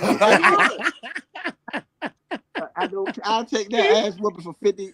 Bro, no, you won't. Bro, you don't know what it feels like not to be able to talk to your family again, bro. The chances of survival is the question. This is not a chance of winning. We don't have to talk about winning. That's no point in talking about that. It's the chances of survival. What are the chances of survival? All right, I got a question. Would you play an NFL game for $40 million? Yes, that's different. That's much different. Because I could be the kicker. Because I could be the kicker. Much different. No, you can't be the kicker. You got to be. What are you talking about? It's a position on the football field. It's a position. You got to be a skill position player. The kicker is a skill position. No, I'm talking about wide receiver, running back. You know, without our kicker, would we be 7-2 without our kicker? I could play defensive back. I could play defensive back. No. You got to be on the offense. They got to hit you on the offensive side of the ball. Do I get a chance to train? I can play quarterback. I got blockers. I can play quarterback. If I get a year to train, yes, I play football all day. Yes. I've already done it. Yes. So I can do that. So you would play a game. That's not fighting Tyson. The NFL is not fighting Tyson. That's not fighting Tyson. Let me explain this. So you will play an NFL game that is 15 minutes per quarter, where you could get hit by a 300-pound man, way bigger than Mike Tyson. I got teammates. For $40 million. I got teammates. Big Son is 300 pounds. I got teammates. I mean, I've been around some 300-pounders before. I'm just saying. 300 pounds. I can take that. I'm saying you won't get hit by them for 15 Guess what, Leo? Jaden Daniels is smaller than me. For for 30 Jaden minutes? Daniels Yes. is smaller than me, and he takes those hits every week. I can do it. I'm going to survive that NFL game. Bruh. I'm not. Jaden Daniels. I don't know if Bryce I'm Young. going to Bryce survive Young is that my Tyson fight. Bryce Young is my height and still smaller than me, Right. and he takes those hits, and Right. he's been getting killed. I can play wide receiver because you can barely touch us. After I get off the line, you can't even touch me no more. You only can touch me once you can hit me. And guess what? If I play the sidelines, it's only so many hits that I can get done. I'm just saying. To me, it's just as dangerous. The concussions, all of the stuff. Not if you know how to play. You know how to protect yourself. All of that stuff that you can get in the ring, it's certain things you can't prevent, bro. Yes, you can. Yes, you can. Yes, look at Russell Wilson. Wilson. This is football. You don't get knocked out every football game. Look at the example of that. You can survive it. Fighting Mike Tyson, you're going to get knocked out every fight. Right. I get you. I hear what you're saying. So what are we talking about? This is going to change your life. He almost knocked somebody's nose into their brain. Hey, you do remember? That's a true story. He almost knocked the fighter's nose into his brain. That's like fighting. I would fight a grizzly bear before I fought Mike Tyson. What? You tripping. I'm just being honest. I got better chance with that grizzly bear. I could throw some dirt in the grizzly bear face. No, you do not. I could throw some dirt in the grizzly bear face. I don't know who I'm in the woods. What the fuck I can pick up a weapon. weapon. Around, my nigga. I can pick up a weapon. Mike Tyson, you have boxing gloves. That's all you have. Boxing gloves. You have a boxing gloves. He has on boxing gloves. Man, bro, you are tripping, bro. He has on boxing gloves. You have on boxing gloves. Man. In the woods, I can pick some dirt up.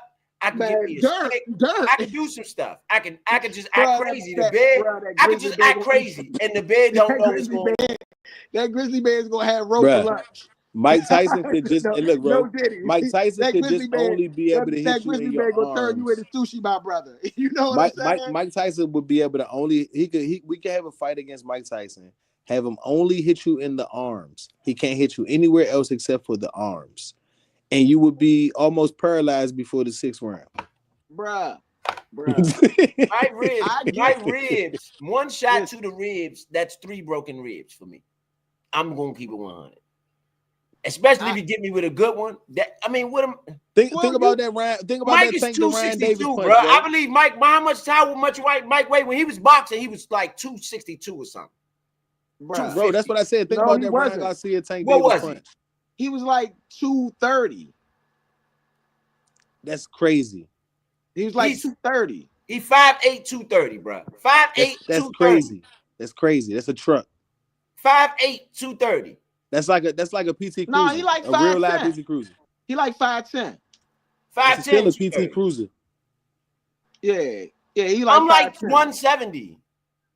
Bruh, you got he got 50 pounds. He has 50 pounds. It's bad enough I'm fighting Mike Tyson. And he has 50 pounds on me. Bro, you got a year though. He's not gonna get that big in a year, bro. You don't have to get that big in a year, I'm saying, but you got a whole year. The most I'm gonna get to is 190. So I'm still gonna be giving up 40 pounds. All right. That's the most I can get. The most you gonna put on is 20 pounds. I can put on 20 pounds. And the most I'm still giving up 40 pounds. You talking about pounds, I'm talking about millions, bro. For the millions. Your health. So your health is worth the millions. Your health. Your health. Forget it. I told you Leo trying to leave something for the kids. Just high reward, bro. Bro, forget it. No. It's not a high reward, bro. The money's the reward. You're gonna need most of it to recover. Yes. No, I'm gonna need at least $1 million to recover. And I'm not being funny. And I promise y'all, I'm not being funny when I say this. And I don't. But did you see the way that Teddy Pendergrass lived the last ladder of his life? With the wheelchair, he was, he couldn't move the rest of his body. He can only move his neck. I'm just saying. Bro, the shots are serious shots. Bro, how many fighters though right now, bro? It's not worth the risk for me. I would have walked. Bro, how many people fought Mike Tyson and they walking around fine? You said how many? Yeah, a lot. They were more than 1 year. Right. I get you. Get you. I saw Frank Bruno, bro, at 260. He really was 260. Get knocked out of the ring, bro. Bro, that was young Mike Tyson. I don't care. It was the same person who did The it. same person got the same hands. Hey, bro, did you watch the Mike Tyson Roy Jones fight, bro? Hey, I don't know how they were friends. They were friends. Hey, right. So, and it still caught Roy Jones. Let's not act like he didn't still catch Roy Jones. Yeah, Roy was running the whole fight. Roy was doing this. They were friends. Roy was doing this. Roy wasn't even pushing. He was doing this. Right. They were friends. Take him. Look. Oh, bro. I'm just saying. Look, I'm gonna be as friendly with Mike as I need to be. Jake Paul is disrespecting boxing, bro. He's disrespecting what Mike Tyson made a life off of. I didn't say I'm Jake And Paul. I'm gonna be honest with you. Jake Paul better hope. I didn't say I'm Jake Paul. I'm gonna say this. I'm gonna be clear about this. I don't know what's gonna happen in that fight, right? But I know I've seen Jake Paul fight, and I haven't seen him fight in a while. But the last time I saw him fight, he wasn't that good. Just technically, he just wasn't that good. So I'm gonna say this. Jake Paul better hope that Mike smoked 1,000 J's, the best tree that he can find prior to getting into that ring, to where his nerves are nice and calm. Because if Mike at any point in time get pissed off in this fight, Jake Paul is in trouble. That's all I'm gonna say. Yes. That's all I'm gonna say. Jake Paul listen, I'm gonna tell you why Jake Paul if he ever get pissed off. Jake Paul is in trouble because first and foremost, Mike, you done gave Mike all his time to get amped up. Okay. Jake Paul, he is not a boxer, and Mike Tyson's job is to put him out of boxing. So it's a different motivation for Mike.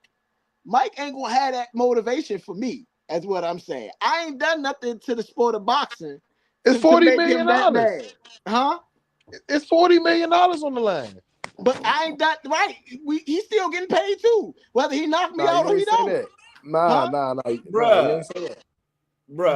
Mike got PTSD. Just to fight. For all we know, Mike got PTSD when the bell rings. He just turned into another person, bruh.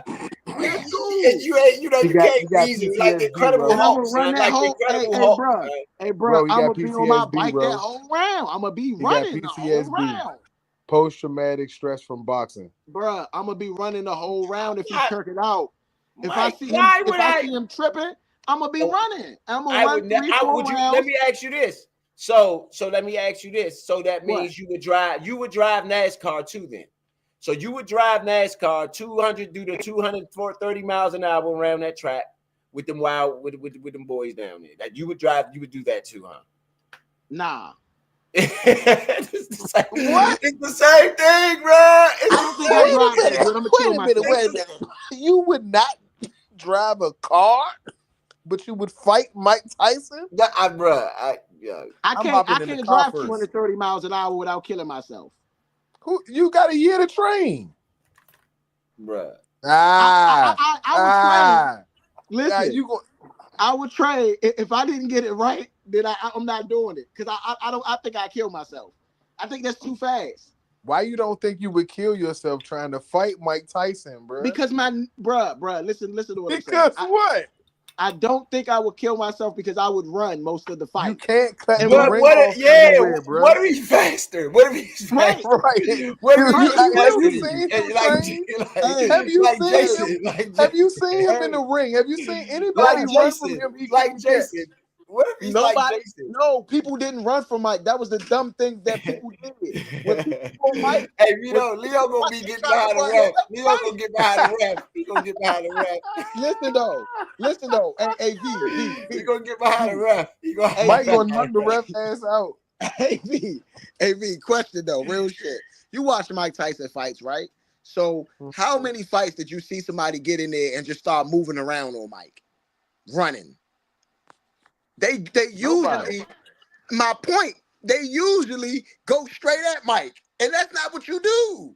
You don't go straight at because you have to try your best to get him, hurt him, or just get him uncomfortable as fast as you can. You gotta even make him tired. You gotta have a different mindset.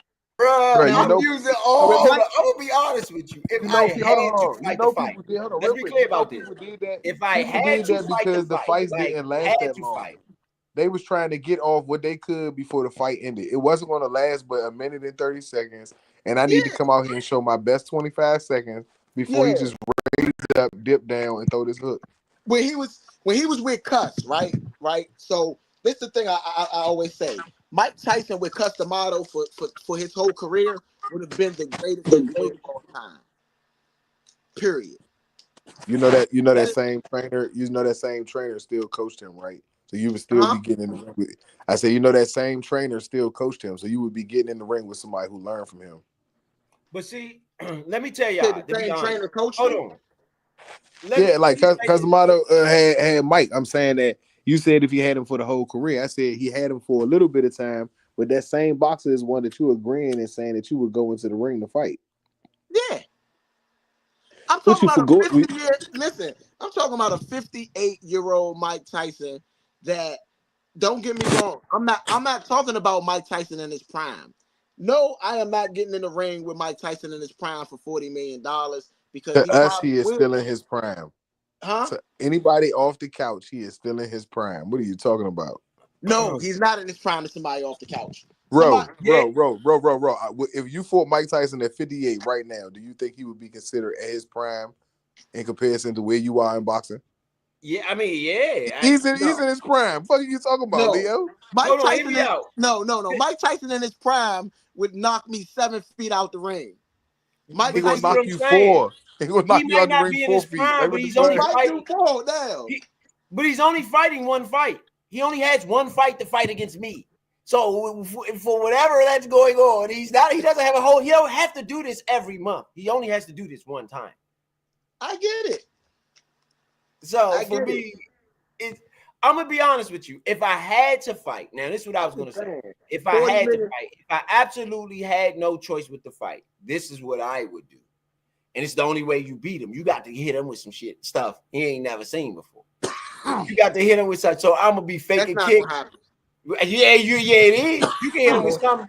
I'm gonna be faking kicks. I'm gonna stand on the other side of the ring. I'm gonna be faking kicks.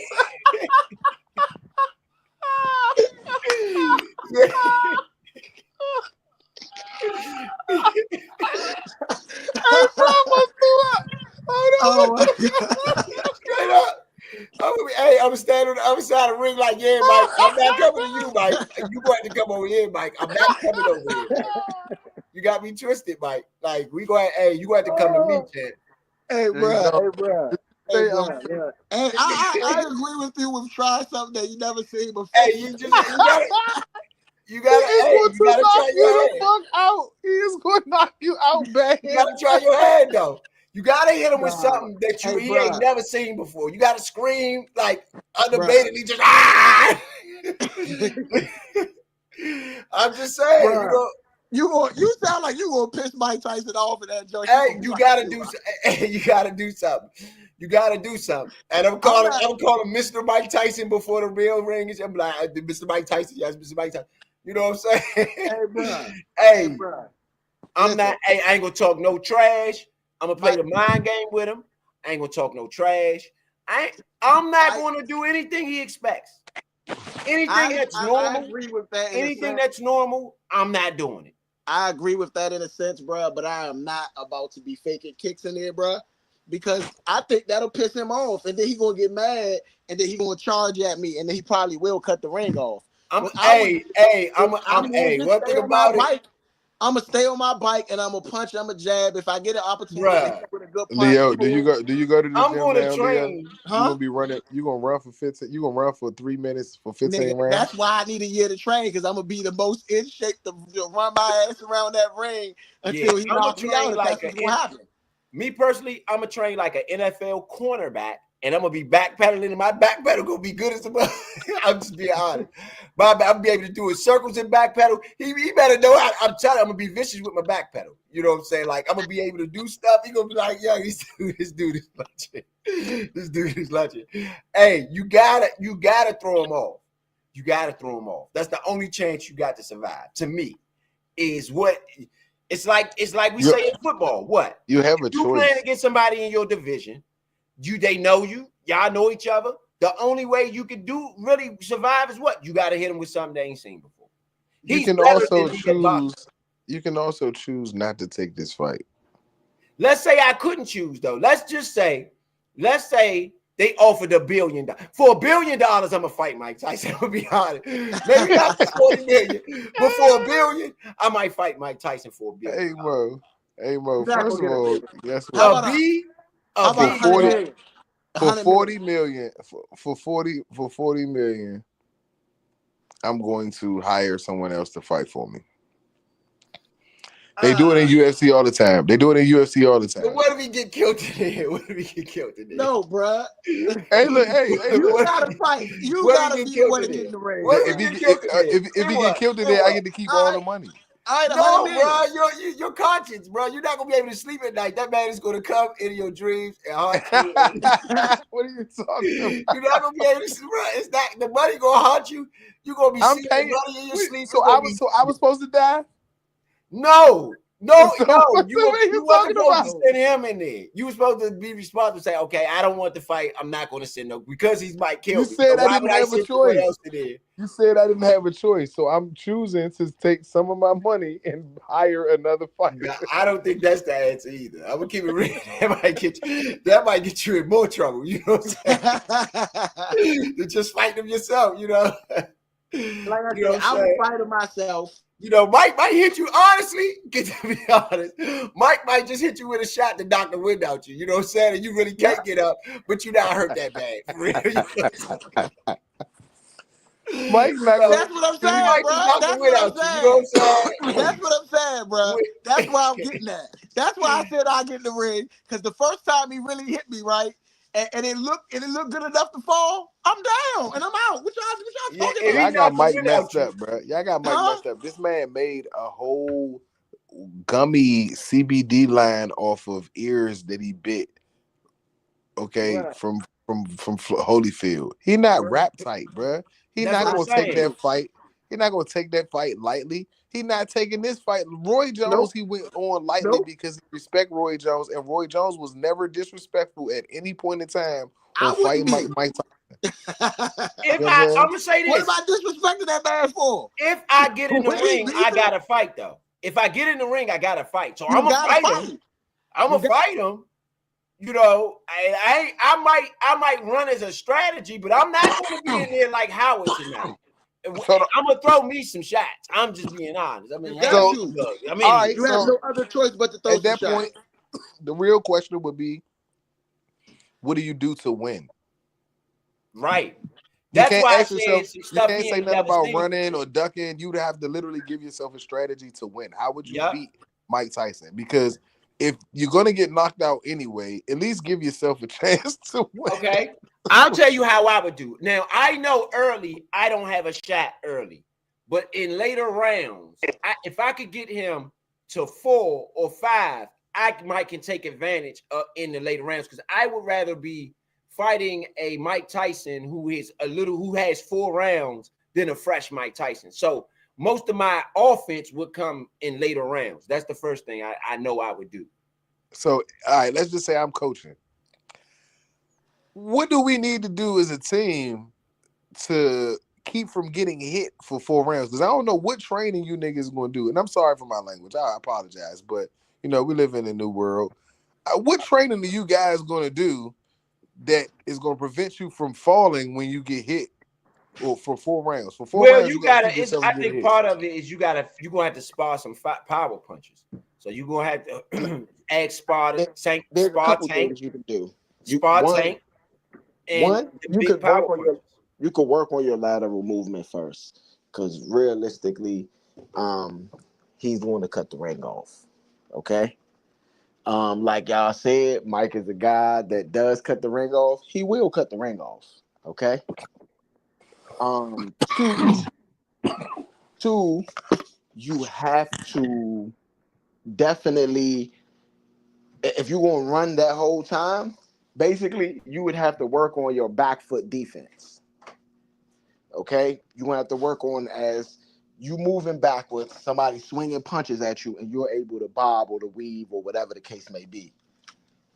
The problem with Mike Tyson now, see, old Mike Tyson wasn't much of a body puncher. He would use the body, then go straight to the head. Okay? This older version of Mike Tyson probably going to hit to the body a lot more, and that's going to really hurt. So distance training would be the thing that you would have to do as well. And you would have to train with somebody Mike Tyson's size. But as Rose His stated earlier, exact size. if you do not have some power behind your punch, he's just going to keep walking forward through whatever the fuck you throw. So how are you going to keep that at distance? Well, like and like I said, I like to bring up Floyd. Floyd wasn't the best power puncher. He was a pop shotter. So even though he couldn't probably knock his opponent out, what he could do was pop shot him, hit him in the body, hit him in the ribs, move to the side, move around. You know what I mean? And he was able to score points.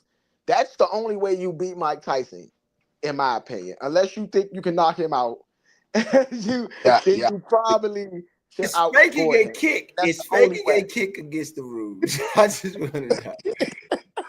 If you don't actually kick him, you just fake the joint and you get him to drop his hands and you just hit him. I think that's illegal, bro. I don't think that you can fake kick. I don't think that you can fake kick. I don't know if it's illegal though, honestly, but I don't think you can. The first time you do that, you gonna catch him. Oh God. Yes, you are. The second time you do that, he is going to knock you out. He's gonna knock you out. He's gonna knock you out. Hey, I'm gonna get it.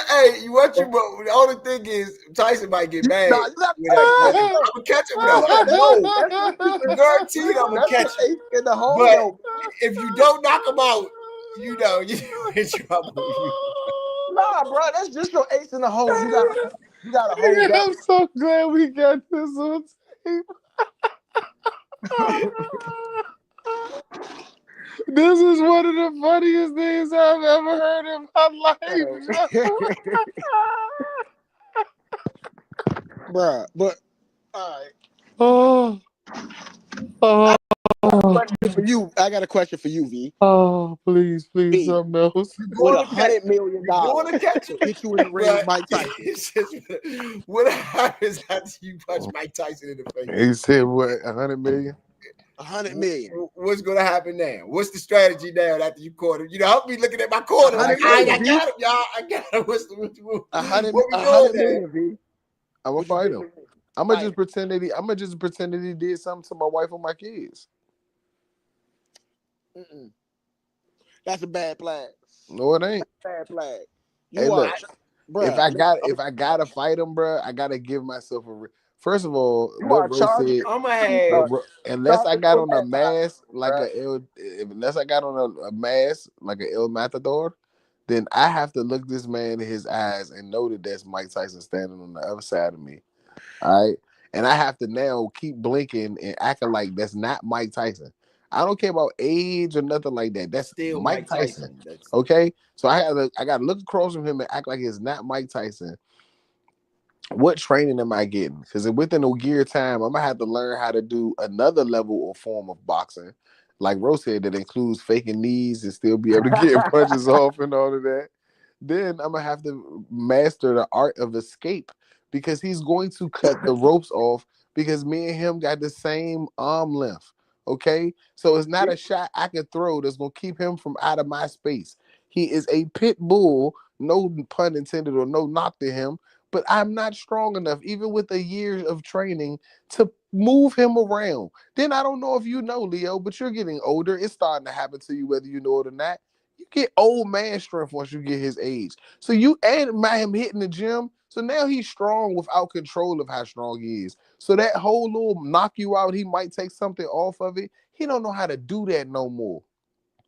Hey, bro, all I'm saying is that all I'm saying is that you're saying a lot right now, and you wouldn't be saying nothing after you fight him. That's what I'm saying. Would you get in the ring for that $100 million? Yeah, I told you. I said I'm act like he did something to my kids. Yeah. So my thing is that I look at it like this: Jake Paul is getting paid $40 million to get in the ring with Mike Tyson, and he's had several years to train. I would take it if I was him. Yeah, but you don't take contracts not thinking you're gonna win. I don't give a fuck if I win. It's $40 million. Fuck that. That's the wrong motive. That's the motive that gets you hurt, though. That's the motive that gets you hurt. Listen. I know, and you know what? Karma I'm gonna says tell you you shouldn't why. have took the I'm fight gonna because you tell didn't you want why to that's fight. not gonna get me hurt, because I know I'm only there for that $40 million. So, like I said, that first punch that he really fucking hit me with, hopefully it's not the knockout punch that swing me across the ring. Hopefully it's a body shot and I'm You going don't, down and I'm gonna act like I can't breathe, nigga. Vito. Let me tell you something. I'm gonna tell you something. We on air, but I don't have that person getting hit and just saying, "Oh yeah, I'm gonna stay down." No, he's gonna get pissed off. Mike Tyson on that, and he gonna get up like, "Nah, we got to fight now. You hit me." Nah, hey, look, listen, maybe he hit me and it don't hurt but so much, and I can take that first punch, and maybe I gotta fake it for a couple punches. I don't know if he's going to basically knock me down on that very first punch. Maybe it's not a good enough angle. He ain't got good leverage. Maybe it don't hit me as solid as he might want to hit me. So no, I can't go down on that. He gonna tap your shoulder blade. You still gonna fall. Even if I fall, I'm gonna get up. Because that's not a knockdown punch. I need something that is believable. You know what I'm saying? So that way, Mike Tyson can't get mad. Yeah, I hit his ass went down. That's what he gonna think in his head. That's what the whole crowd gonna think, and I get to walk away with my $40 million with maybe a broken rib. I'm just going. That's $40 million richer. I'm gonna keep it real. I'm just gonna fake the little joint. That's what I'm saying. Like, fake the kick. I'm gonna be real. For I'm gonna train. So I'm gonna tell you what I'm gonna do. I'm gonna be honest. I'm gonna fake the kick, hit him, and then I'm just gonna start holding for the rest of the round. Oh yeah, I'll start holding. I'll start holding. Holding for the rest of the round. I'm just gonna hold for the rest of the round. I'm gonna hold it. You know what I'm saying? Fucking bite your ass. After I hit him until he calmed down, I'm like, Mike, my bad, Mike. When I'm holding him, like, my bad, Mike, man. Bro, you said you got like 40, 50 pounds and you're going to try to grab this. I would just try to hold him. You got to. I would just try to hold him. I would grab him, Joe. If you go in that ring, every time he about to swing, I'm going to throw my arms out there. You throw him up and clutch him. Every time he about to swing. Hey, bro, listen to what I'm saying, though, V. If you think you're going to go in that ring with Mike Tyson and not hold a little bit, you going to get knocked out sooner than everybody else. Bro, what are you talking about? Who is out muscling his eye, bro? I'm not trying to out muscle him. I'm just trying to hold so he don't throw his punch and the ref break us up. That's as long as I get the hold. As long as I get the hold. Bro, what is stopping him from pushing you into the corner, bro? I'm gonna grab his neck. I gotta hold on, bro. Hey, bro. Hold on. That's the reality of it. Like, if you in that situation, you go ahead and be creative. If you fight Mike Tyson, I'm gonna come in with a Kyle Shanahan playbook. Every round we gonna do something wild. Every round we gonna do something wild. They only doing 2-minute rounds as well. So every round I will have something wild playing. Believe you me. Every round I will have something wild playing. Every single round. Just to have him like, dog, this dude. Something throw him off. I would have me a Kyle Shanahan playbook. Every round, we're gonna be calling plays from the corner, from my sideline, from my side. They're gonna throw up the side. I'm gonna do something. They're gonna say, we're gonna be calling plays. For real. We're gonna be calling plays from my corner. Straight up. We're gonna be calling plays. I'm gonna have me a playbook. You gotta be super organized. You fight Mike Tyson. You gotta be super organized. You just gotta be stuff that you know he ain't gonna be.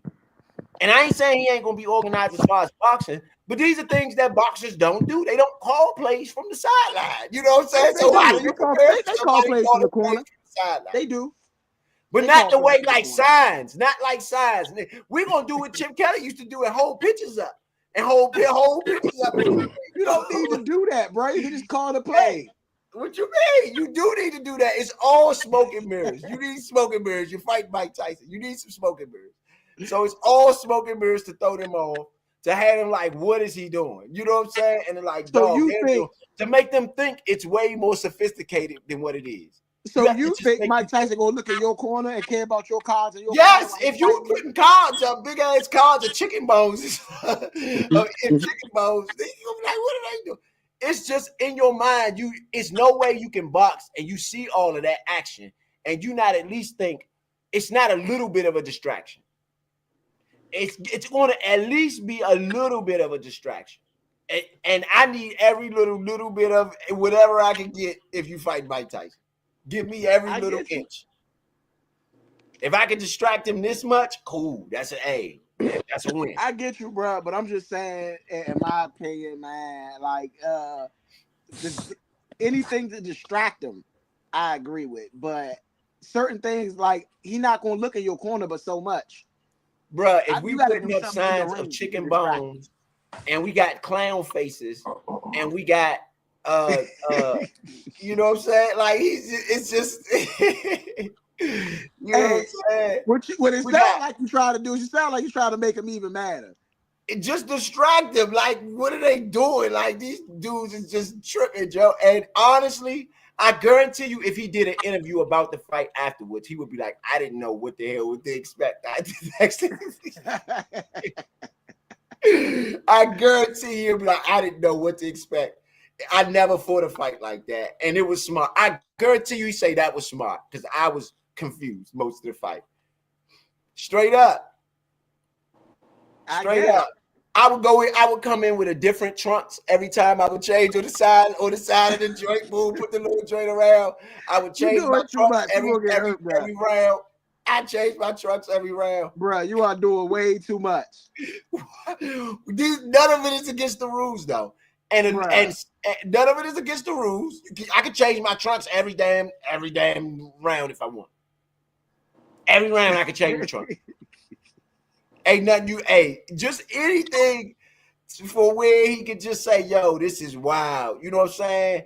This is just different. You know what I'm saying? And every little distraction that I could do. It sounds like you want to piss him off, bro. I would just be real.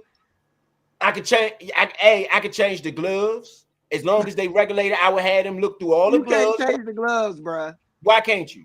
If I had them look through all the gloves before the fight, and they have a man stand on the sideline and check the gloves before he hand them to me. Nah, because once they tape, they got to be checked. Oh, all right, fine. Maybe not change the gloves. I could change the shoes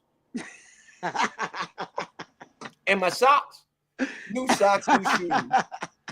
Straight up. And I'm going to have the long socks. I'm going to have the long socks to come up to your knee.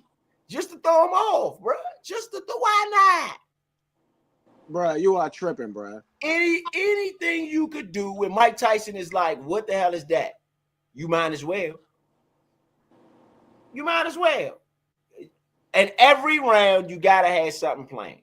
Y'all ask how I would fight Mike Tyson. I would feel more comfortable like that because guess what? He got the advantage. He got the advantage going into this. So I have to give myself some advantages, and I would have the advantage of knowing what the hell I'm going to do every round, and he don't. He going to be more paying attention to the show than he is fighting. You know, and that's how you got to do it.